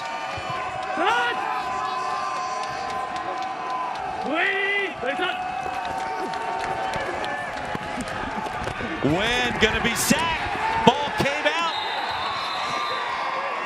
And the Battlehawks got home. The fumble was forced by Isaiah Mack. Go backwards 8 yards and a turnover. Going to get a little TT twist right here. The first defensive tackle goes, and then you get a wraparound behind him. That's going to free the free rusher up. Try and get to Dresser Wynn. And this is about ball security. I mean, Dresser Wynn had a strip sack last week against them that was returned for a touchdown by the Houston Roughnecks. Got to secure the football. That thing was knocked out once again, and St. Louis is in position with the score. Ball! Yeah! Let's go! Anthony Beck loving every moment there. Duggan back on the field. Sailors gets a touch. Upended near the 10. Well, the Battlehawks taking advantage of their pristine defensive approach today. And Donnie Abraham, I don't know that we've talked enough about the great job he's done drawing up the pressures, blitzes for head coach Anthony Beck. Well, they've been on point this season and certainly here today in Memphis. It's a defensive line that is so talented. It doesn't need a lot of games. You don't have to bring a ton of blitzes, but that one well timed. You didn't have the first group in, so you run a little game inside. It frees you up. You get a turnover. They're going to get it back to Blake Jackson, who wants to throw it. Jackson's going to run it now. And brought down behind the 15. A loss of 7. Levelston was able to get there. A little trickery for St. Louis, trying to keep the foot on the gas in this 10-point lead. That one felt like a recipe where the chef just puts one too many ingredients in, and it would have been really good had you stopped before you put the cumin in, Roy. But that play, the reverse would have been just fine, but the reverse pass, and it was doomed, is well covered down the field. But I think they'd have had something had it just been a reverse. And Jackson, of course, the All-American quarterback at D3. Harry Harden Baylor. On 3rd down, underneath, and it's going to be intercepted. The Showboats catch a break, literally. Kyrie Woods back to the 48-yard line. New life for Memphis after Hakeem Butler couldn't haul it in. At halftime, your defensive coordinator overstated how you guys needed to get some takeaways. How good does it feel for you getting that second one of the year? Feels great, man. I mean, this year we haven't been able to get the ball. It's been hard. We've been playing great defense, great coverage, and we finally got blessed. So I just want to shout out to God. This was him, and I'm just glad I was able to make a play. Anything you want to say to your mother on Mother's Day? Hey, Ma, I told you, Ma, I love you. Grandmother, I love you so much. All the women in my family, happy Mother's Day. Good job. Thank you so much. Originally out of Mesa, Arizona, played his college ball at San Diego State, tore his ACL. He's a senior in 2019. See him as a cornerback and as a safety in the nickel for Memphis. Gave a shout out to his DC as well, Jaron Horton. Loss of 1 yard as the Showboats get it back. When do we see a shot from this offense for Memphis? I think you have to at some point. Expected it kind of on first down after the turnover. Maybe our TV timeout threw off the mojo of the shot. But I think at some point you have to push the ball down the field, see if you can make something happen, especially with a big receiver like Jonathan Adams. Trailing by 10. No Wes Hills in the second half. Prince the only running back available. And Dresser Wynn's going to complete the pass inside the 40, and it goes to Loxley. Third catch of the day and a gain of 14. He came in with 4 catches this season, did Kai Loxley, and his 3 catches have been big, all of them. Good on-time delivery by Dresser Wynn, who if he waited any longer would have been greeted by St. Louis Battlehawks defender in his grill. That's the second one on that out route. We call that a semi, a 12-yard speed out. There was speed and great hands involved there, Harry. Dresser Wynn buys a little bit of time, and it's going to end up absolutely golden to Adams. Racing inside the 10. Gain of 31. Yes. Hey, here we go. Cheesecake, cheesecake, cheesecake, cheesecake, cheesecake, cheesecake. Sounds like me ordering dessert. Strawberries on the side. Let's find out what Noel Mazzoni dials up here. Just inside the 10, first down and goal, and Prince. I don't think so. Travis Feeney was there.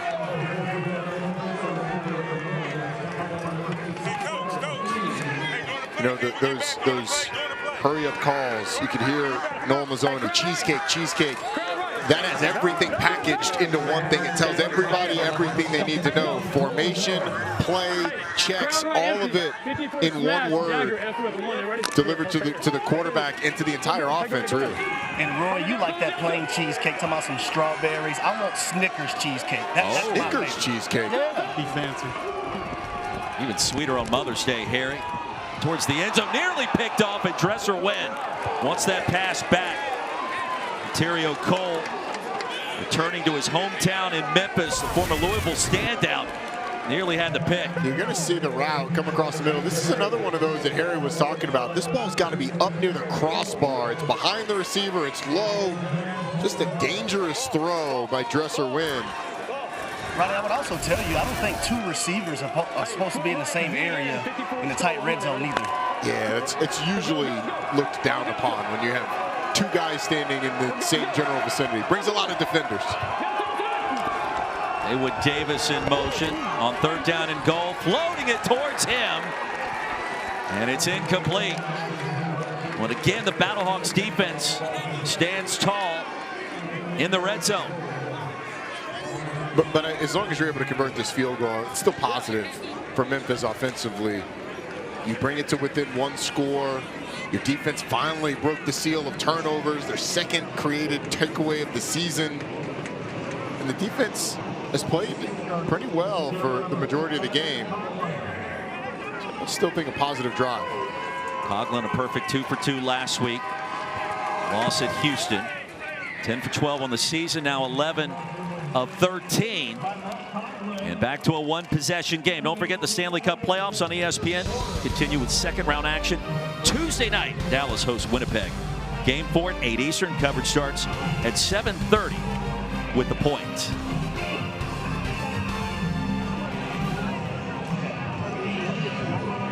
And happy Mother's Day to all. Yeah, there's Philpott family, my wife Abby, Piper in Phoenix. Love you guys. Can't wait to get back home. We'll see you later tonight, but happy Mother's Day indeed for all. Happy Mother's Day, Abby. Happy Mother's Day to my mother, Angel, my wife, Jackie. Great picture of you guys we saw earlier. Thank you. Can I also say this, guys, about all our wives, significant others, you know, who are mothers? They actually have extra kids in the house with us. I mean, every last one of us. You said it right, yep.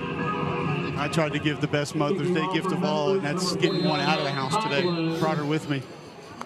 She still hasn't made her appearance on the broadcast, Cole. We eagerly await it. She's asked multiple times. And you're definitely going to get bonus points for that, Cole. We all need bonus points these days, don't we? Here's Blake Jackson from inside the 5. The hurdle. And shoved out. Just shy of the 30-yard line. Penalty marker comes in late, too. Okay, you got holding during the return. During the return, what number? Go 26. 26. And here's the end, so it's the same spot then. Yep. During the return, holding, receiving team number 26. 10-yard penalty from the end of the run. It's first down. Referee today, Brian Banks, and the infraction brings it back. We got a lot of time left in this game. Memphis trying to be the hang-around team in the postseason picture. In St. Louis, well, we know how good the Battlehawks have been, trying to win their 5th game in 7 tries. Man, again, it's this defense under pressure again. Come up with a stop. Try and let their offense go back to work. Back to the workhorse, Jacob Sailors, tripped up near the 24 by Eli Walker. A 5-yard pickup. And if you were to critique this St. Louis offense, their inability to run the football with Jacob Sailors is probably the only thing you look at and say, hey, you wish we could improve that area. Good start, though, on first down with a nice game.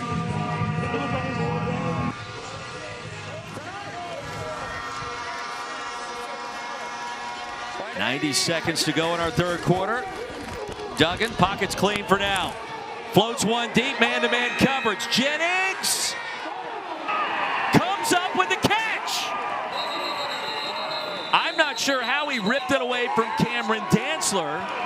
The ball was in the air forever, and then here comes Gary Jennings and a gain of 39. I thought for sure that Cameron Dantzler cutting in front of Jennings was going to be able to take this away.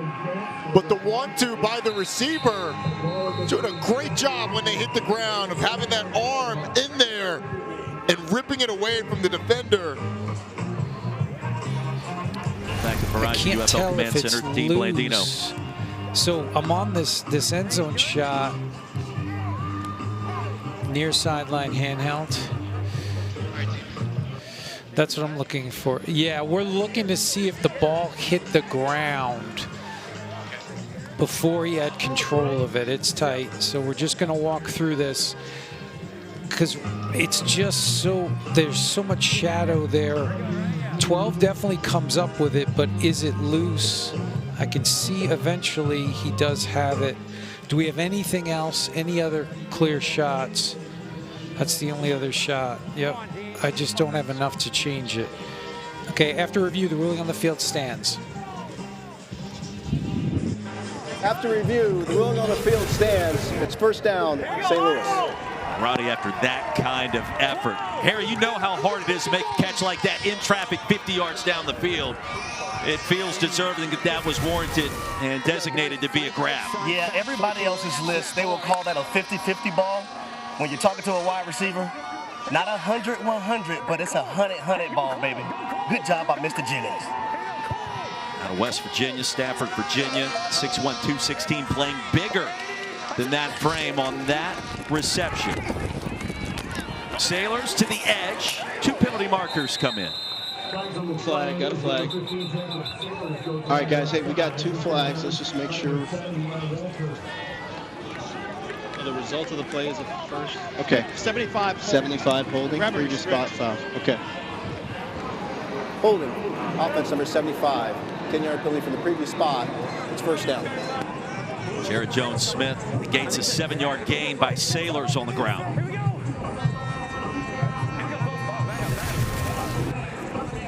Yeah, he's right here on the left side of your screen. And he's just going to grab the defender as he tries to go inside. Arms wrapped around And it's a pretty easy call on the offensive line for the officials. It's unfortunate because it's a good gain on first down. And probably didn't need it. Jarvion Howard, the new running back. Duggan at the controls. Pearson reverses his field, and he shouldn't have done it. Tackled all the way back the Battlehawks side of the field. A loss of 4. It was Keaton Ellis. Final play of our third quarter. This Battlehawks offense in reverse in the third. One possession game, 15 minutes to go in Memphis. Then Cole Kublik interviewing Anthony Beck. No, those two guys, those are football guys. And I'm so just surprised they weren't talking about pass protections or routes run or something like that. 3 technique. 2nd and 22. And Frank Darby comes up empty. It'll be 3rd down. So Memphis pushing the Battlehawks backwards after the long catch by Gary Jennings. In these situations, Memphis typically only rushes 3 and drops 8. Expect a fairly conservative play call, but you're not that far if you're St. Louis from getting in Rodrigo Blankenship's field goal range. So can you get a screen, a crosser, something short, a short completion where a player can run to try and get you in field goal range? Look at those flags above the scoreboard too, though, guys. That's another great point, Cole. He was connecting from 63 yards out in pregame, but the wind is shifted. Duggan will get what he can and slide out of bounds. Guerrer in pursuit, and I imagine the punt team on the field after a 4-yard scamper. So here comes Sterling Hoprichter. Jim Turner's team with new life after the interception, preventing another Battlehawks score. Get a field goal afterwards. And Isaiah Henney would love to be able to torch Hoprichter here, the long returner.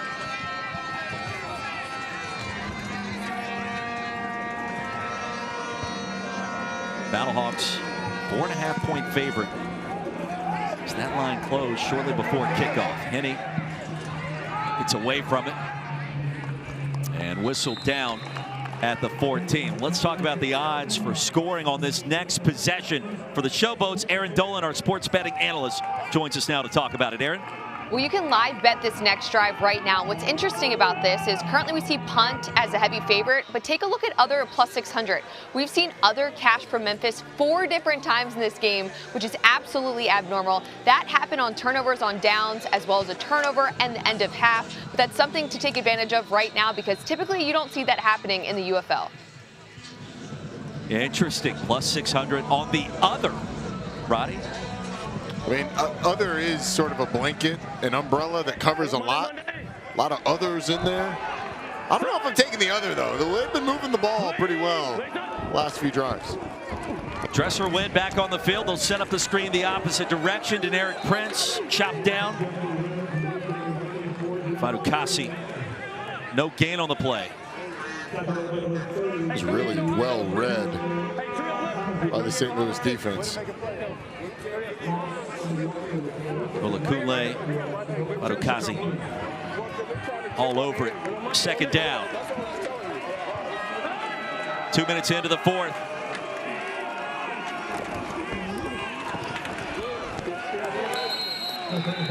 Third down.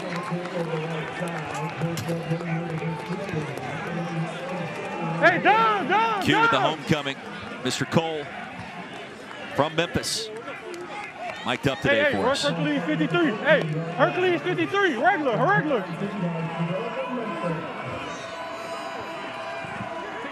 Hey, look at the stick. Hey, get out. On 3rd and 9. Wynn off the back foot. Crossing pattern is there, and that's about it. Isaiah Washington stopped by Cameron Kelly, gain of 5. Well shy of the line to gain. The twist on both sides of the defensive line that creates the late pressure. Dresser Wynn has to just check it down. And a good stop, a quick stop by the St. Louis defense. I mean, that drive really never got going for Memphis with anything that looked threatening. couple of runs, it felt like you would see maybe a little bit more in that sequence. Yeah, I mean, obviously you don't design the runs to go for the gains that they got. But no gain. Nice job by St. Louis defensively. Shakur Pearson. A stutter step. Retreats for a moment, ushered out near the 41. Punt 49, a return of 11. St. Louis with a football and a... Let's go! Yeah! Well done, baby! Jim Turner, Anthony Becht, all access here in the UFL. 16-9 ball game, 11:41 remaining. Back in Memphis, Battlehawks out in front of the Showboats. Great sound and a great season. And Howard twisting and turning ahead. Check in again with Cole Kublin. Got backup quarterback Brandon Silvers here, fresh off flipping houses. How's that been going? Been going good. Going real good. All right, well, tell us. You don't have to give us a play call right away, but just kind of what you see from the defense, and then you get the play call on your helmet. So maybe what our viewers should be looking for. I didn't get that last play call, so we're going to have to wait till the next one. You just tell me defense you see. What would you run here? 4 birds, for sure. That's an air raid guy for you right there. 4 birds, nothing to it, all 9s. Yeah. Get to him. Break a tackle. I'm going to let him get the play call here, guys. But remember, one thing Coach told us is if there's any gray area, just check it down. He wanted to see that. That was something they wanted to get a little bit more of this week. I'll let backup quarterback Brandon Silvers get the play call as it comes out, and they get to the line of scrimmage. He'll just kind of tell us what he's looking for, what the play should be. I didn't hear you, Coach. What do you see from the defense, and then what should we be looking for from the play? Hopefully we get this little pump for a touchdown. You got pump and go here? Yeah, we might, something like that.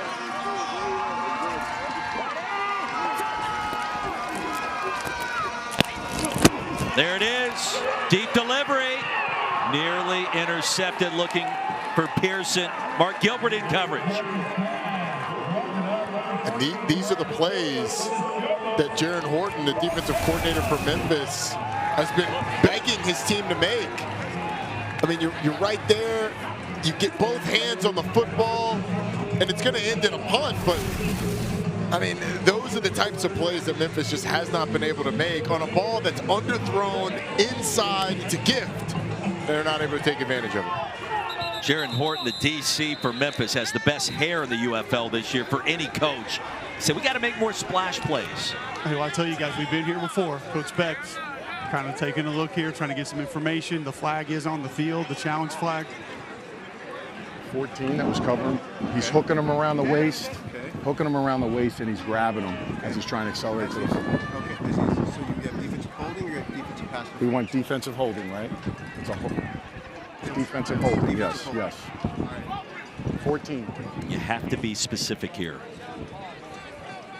St. Louis is challenging that number 14 of Memphis held their player. That plays on the further review. Back to the Verizon Command Center, Dean Blandino. I'm with you, Brian. So we're looking at holding prior to the pass. So right now I'm on the all-22. There does appear to be some contact before the pass, but I can't really see a grab or anything on that. Let's get to a close-up shot. Everything else is further away. Yeah. Sky cam is not great. It's right hand. There is some contact. I just don't see a hook or a hold clearly on that angle. Yeah, that's what I'm on. I'm on the far handheld. Okay, so here's a better look. There's a reach, but again, I just don't see a grab. I'm looking for a hook or a grab, and I watch it at full speed. I just don't see enough there. Okay, after review, Brian, there is no foul for defensive holding. The challenge is unsuccessful, and St. Louis is charged a timeout. Okay.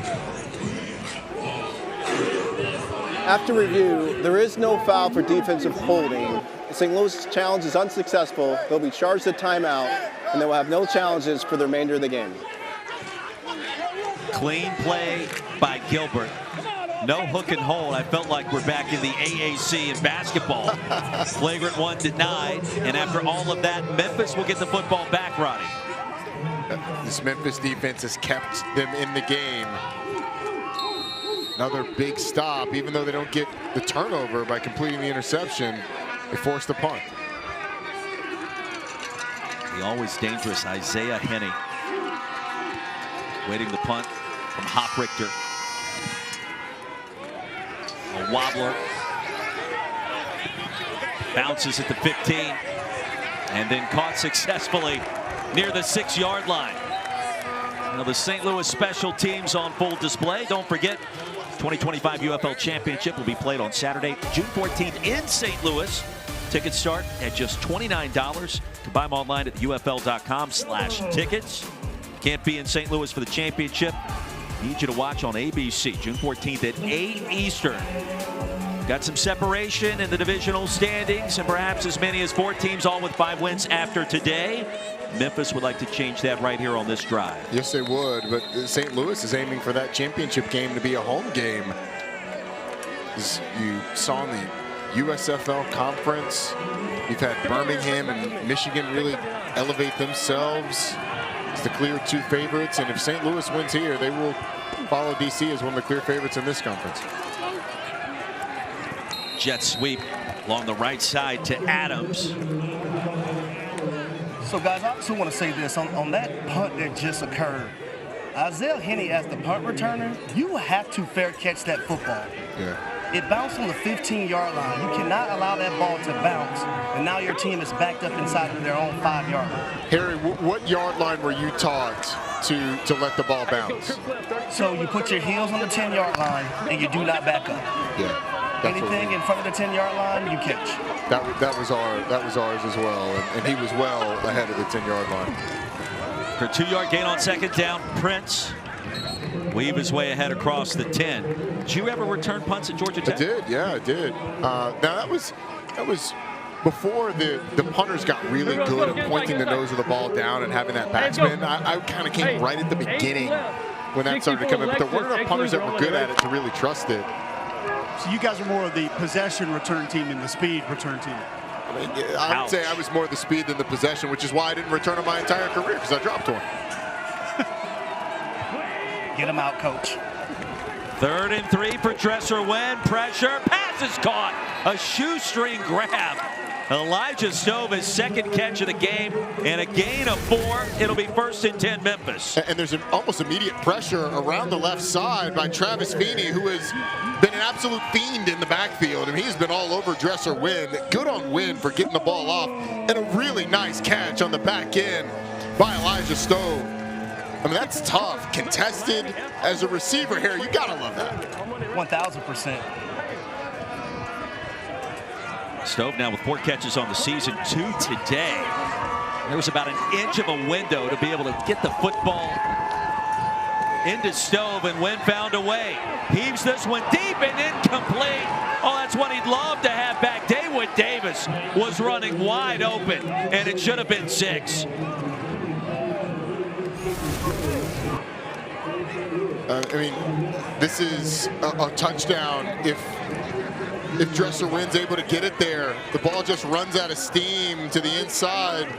Dawood Davis, who just pushes outside and then comes back inside of the corner, gets them all turned around, and there's nobody else back there. It is a foot race to the end zone. Just lob it for Dawood Davis. Yes, yeah. You got to put air on that football.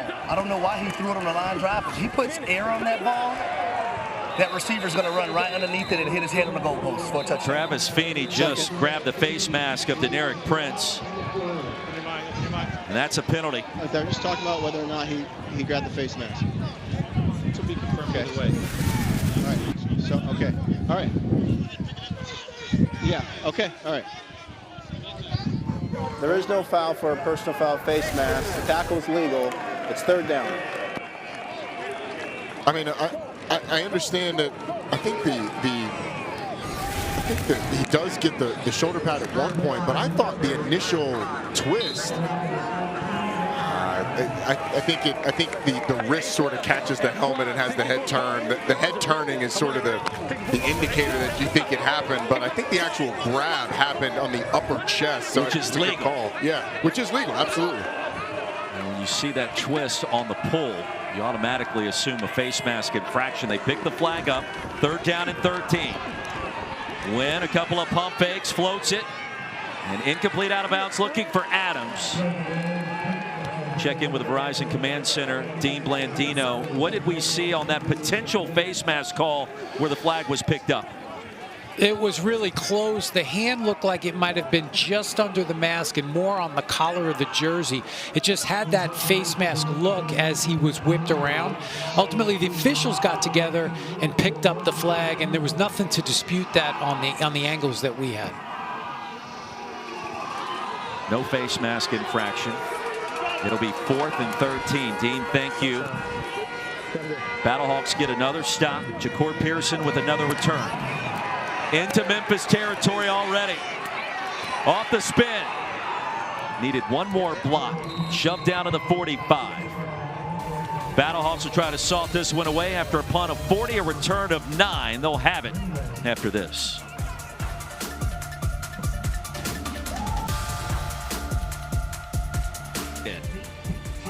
Still in week 7, final game of a 4-game slate. Week 8 coming up beginning Friday night. 6:12 to go. Roddy Jones breaking it down for us up here in the booth. Roy Philpott, Cole Kuplik, Harry Douglas. And let's see what St. Louis has. 7-point lead, 1 possession game.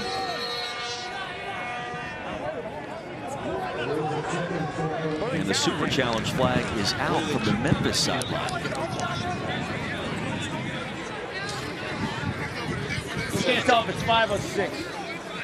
Our number 32 got blocked in the back by their number 5, their number 5 or their number 6. Yep. It's number 6. Number 6 for them. Blocked out number 32.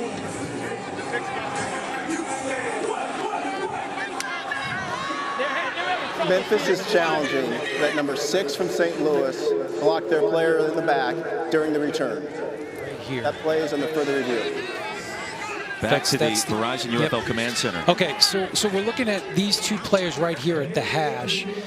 And initially, the blocker is in chase mode, but now number 32 is going to turn. The right hand appears to be more on the side, and watch as he goes down. He's going to turn completely, and he's going to go down sideways, almost as he turns. So I don't see contact in the back. Which angle do you have? Low right end zone. Here's a closer shot of it. I want to see that contact. Again, there's the hand there, but as he goes to the ground, the contact, he's turning to the side. I just don't have enough. Yep, I'm going to go to this angle here. Again, I'm looking at contact. All right, from that angle, the contact does look like it's more on the nameplate. But as he's going to the ground, again, I just see him turning to the side. Got any other angles? Okay. All right, after review, the ruling on the field stands, Brian. I just don't have enough to make this a block in the back.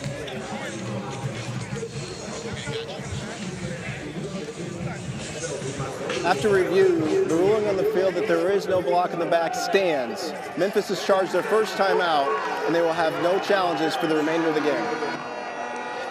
Brian Banks. You heard from Dean Blandino. Challenge denied, and for Jim Turner, it's up to the defense. St. Louis has possession. The Showboats 44. How aggressive Battlehawks want to be here. Power formation, Sailors. Dives ahead, 7-yard gain on first down. Eli Walker a tackle. Pretty aggressive inside zone call is what we got. I actually like it. Jacob Sailors is one of the best running backs in this league. Leads the UFL in rushing. And in terms of yards per carry, he's number 3 in the league. What do we? Hey, Jim left 18 spring. You're trying to, behind this offensive line, salt this game away on the ground. Max Duggan's put the ball in danger a number of times today. 12 personnel. St. Louis back at it. Guess who? Sailors spins his way for a first. All the way down to the 30, and we're with Cole Kuplik on the sideline. All right, guys, I got Rodrigo Blankenship here. You and I had an interesting conversation a few breaks ago about the wind. The flags above the scoreboard are going to the left. On the field down here, it feels like it's going to the right. How do you get a true gauge of what it's going to do if you're trying to kick a field goal?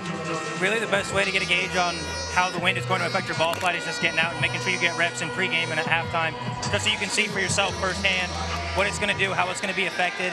I think it's probably a matter of the wind that is behaving differently kind of below the level of the top of the stadium bowl versus what's above it. So that's why you're seeing those different directions for those high flags and the flags on the uprights. No matter where they are, if the wind is blowing, how much adjustment do you truly have to make when you're going to kick? You definitely have to make an adjustment. You want to account for how much the ball could move laterally one way or the other, and so you just have to make sure that you adjust your target line when you do that. Is there really a hash you'd rather have the ball on for any distant field goal? Just line me up wherever and I'll knock it down. There you go. Thanks, Rob. Yes, sir.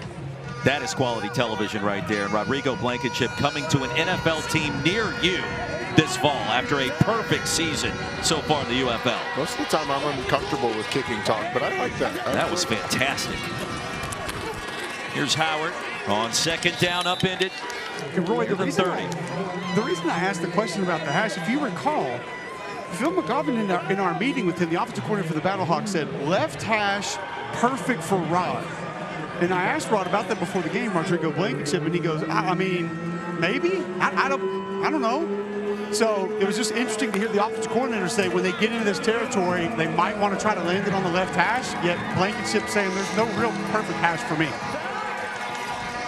When you're 15 for 15, it doesn't really matter where it is. And they are in his range right now. I'd be surprised if this isn't a Max Duggan run. Good call by you for Blankenship. Listen, he's standing on the beach trying to kick it into the ocean this season with what he's been able to do. Doesn't matter where the football is.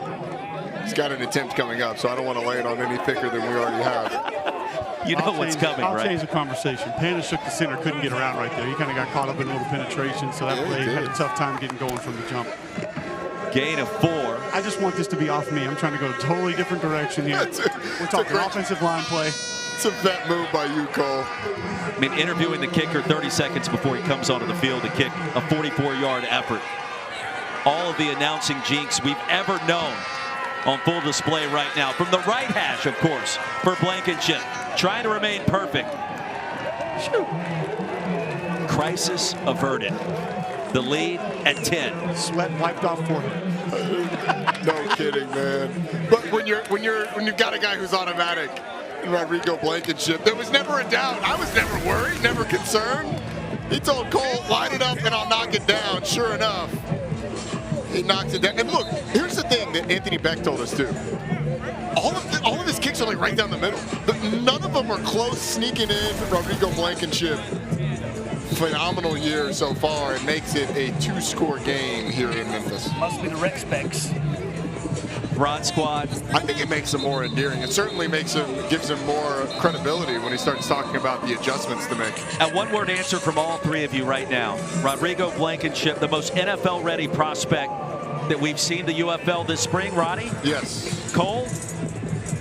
I just can't give that to a kicker. I'm sorry. Harry? Yes, and Cole's a hater. I'll go with Hakeem Butler. Hakeem Butler did make me pause. Also, a couple of centers in there that we've seen that I think have a good shot to get into the league, including Mike Panishuk, who's had a nice year. Let's not forget Jake Bates last year for the Michigan Panthers and what he was able to do for the Detroit Lions this past season. That kick, a bit of a jinx. There's our jinx. It goes out of bounds. Okay. Free kick out of bounds. Kicking team. The ball he places at the 40-yard line. It's first down. Costly infraction. They'll move it out to the 40. UFL rules after the kick. Karem's out of bounds from Blankenship. Harry mentioned the specs. We got a young kid in our little league that plays named Liam. And he's got the little like rec spec glasses, and I was like, yeah, just like Chris Sabo. You want to feel old when the other dads say who? Oh wow! I'm like, come on, guys. The true definition of pain. I also was going to say who. Chris Sabo for the Reds. Third baseman. Could get it. World champion. Big thing here for Memphis is they got to protect the quarterback as much as Cole protects his offensive lineman. Well, I was going to say mentality for baseball in, what, the 70s or 80s. They have found something with Elijah Stowe. Another catch, his third, a gain of 22. In rhythm, good delivery for Stowe. But now, you don't have to go super fast, but you want to get a couple more plays off before this 2-minute warning. Memphis not operating with a lot of urgency right now.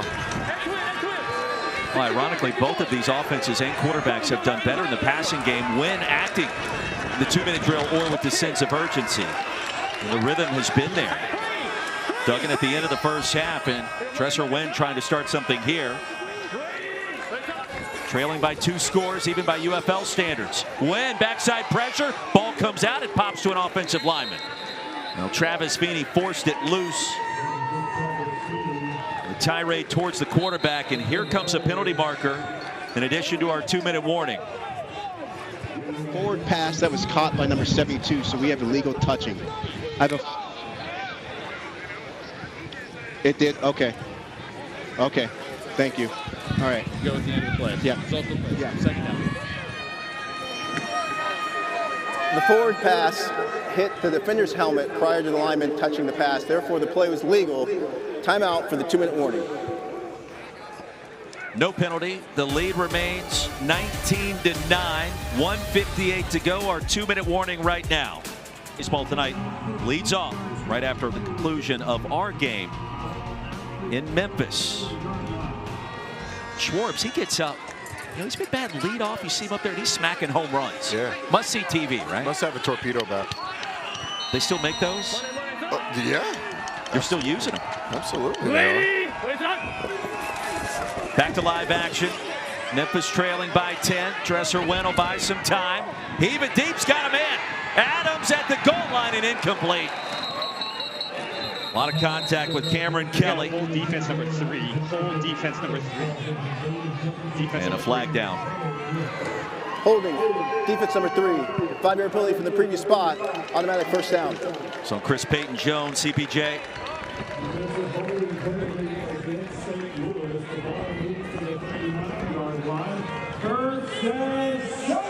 That hold happened well before the play, before even the scramble. The Dresser Wen giving his receiver a chance. The downfield play.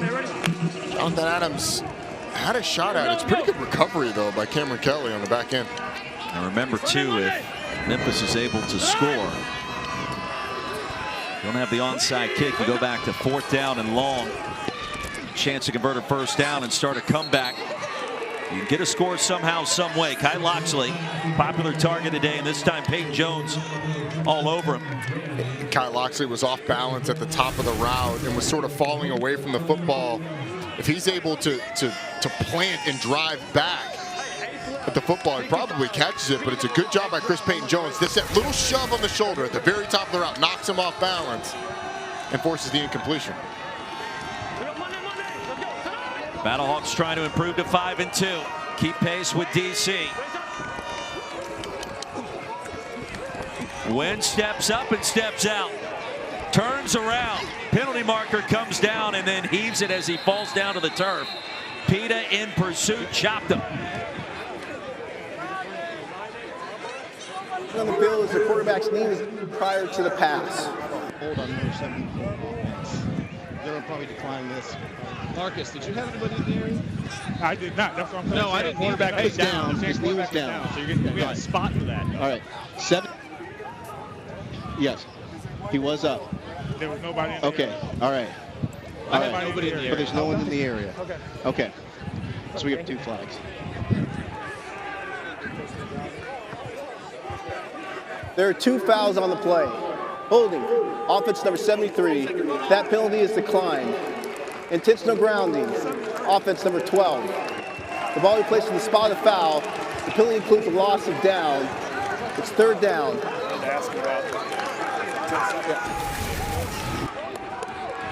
Oh, the discussion was whether or not there was a player in the area. Ball clearly does not get past the line of scrimmage. Dresser Wen looks like he was up. And now, yeah, that ball clearly gone before he goes down. Now, the question is, will they want a 10-second runoff? It should be a 10-second runoff with this as well.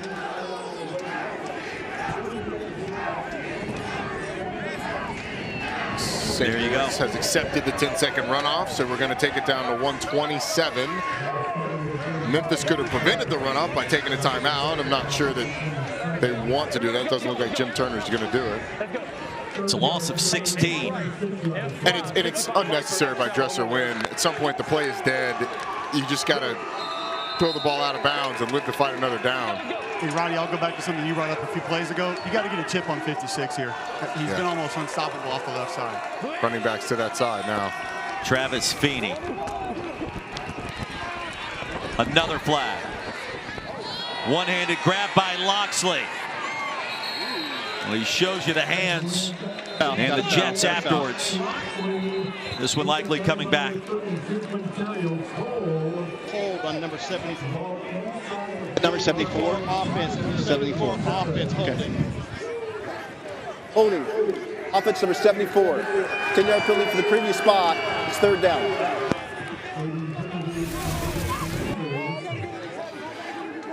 There's 74, and it's going to come on, guess who? Travis Feeney coming off the left side. That arm just a little too high, gets wrapped around the neck. You got the chip Cole was talking about, and it actually helped Dresser Wynn be able to step up in the pocket.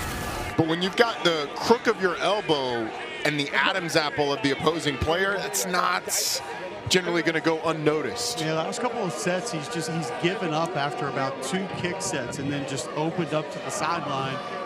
And Feeney's gonna run right down the middle of you at that point. You're not gonna have many options as to how to try and get a stop. You got to continuing gaining depth with that set and not opening up your hips. Feeney was a former 6th-round draft pick by the Steelers in 2016. 32 years of age. No NFL action yet. Played with Washington Huskies, the old Pac-12.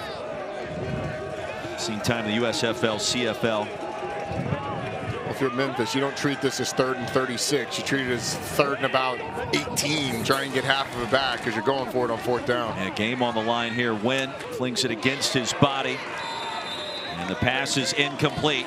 Haywood Davis probably should have had a touchdown earlier in this quarter. The coverage by Dennis.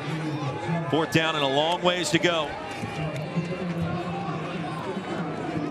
What did you draw up here, Roddy?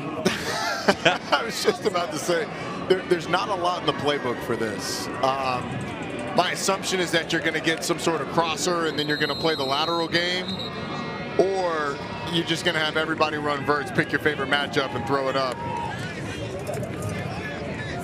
But Harry, you're the receiver. What would we're going to listen to the coach, but I want to hear what you're going to do here. You're going to put it on me.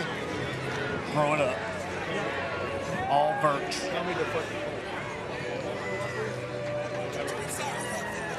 What's wristband 11 say? Yeah. Come on up front. 4th down. The biggest issue that Memphis has right now is that you need your players to get 36 yards down the field, which, if you were running a 40-yard dash, no pads on, no resistance, would take about 4 seconds. Dresser Wynn hasn't had 4 seconds to throw at all during this game, so you're going to have to protect against Travis Feeney, against Peter Dalmupenu. Can they do it? We'll see. It's empty backfield, so those tackles are going to have no help. 4 seconds, you Usain Bolt. Dresser Wynn heaves it. Jonathan Adams catches it, and well short. 1st down yardage. Lucas Dennis stopped him after a gain of 22. And that's going to do it. And the St. Louis Battlehawks on the road. Roddy is a 4.5-point favorite. Going to win this game, cover that point spread, but more importantly, Anthony Beck's team now 5-2. It hasn't been pretty fairly often for this St. Louis team.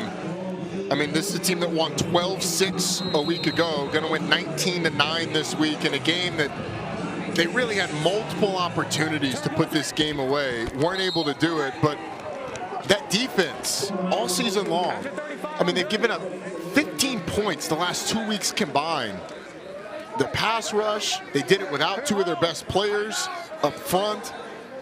So this defense is formidable enough to be able to win a championship. They really are. And if Max Duggan can continue to develop in this passing game, I think you have to look at St. Louis as one of the favorites. Yeah, Battlehawks head coach Anthony Beck called last week's win grimy. He reiterated that to us in our midweek conversation. And this victory will fall in line with that description, and perhaps a bit more explosive. We saw a little bit more from Max Duggan in the 2-minute drill. And the Battlehawks now 5-2 after this impressive win. And the defense absolutely lights out against the Memphis Showboats. I think you got to give Memphis' defense credit. They created a turnover. Feels like the first time in forever. Kept them in the game. Let's go down to Cole with Coach Beck. Coach Beck, you challenged your team at the half, wanted to finish. They were able to come out and get a win. Why were you able to get it done in the second half? Yeah, it's a gritty bunch right now. You know, I think the best part about it is we're starting to stack wins together. We are starting to learn how to finish. And that's the ultimate thing right now as we make our push towards getting ourselves into the playoffs. Put ourselves in position, and we have to close these games out. It's a huge win. Great fight by Memphis today. We knew they were going to bring it, and we were able to get the job done. You don't want to lean on one guy or one aspect of your team, and it wasn't that tonight, but it really did feel like that defensive line went a long way with you finding a way to get this W. I'll tell you got to show up in the fourth quarter if you're a defensive lineman. Our guys love the pass rush in the moment. When we have those leads, we have to lean on those guys. So it's a great effort across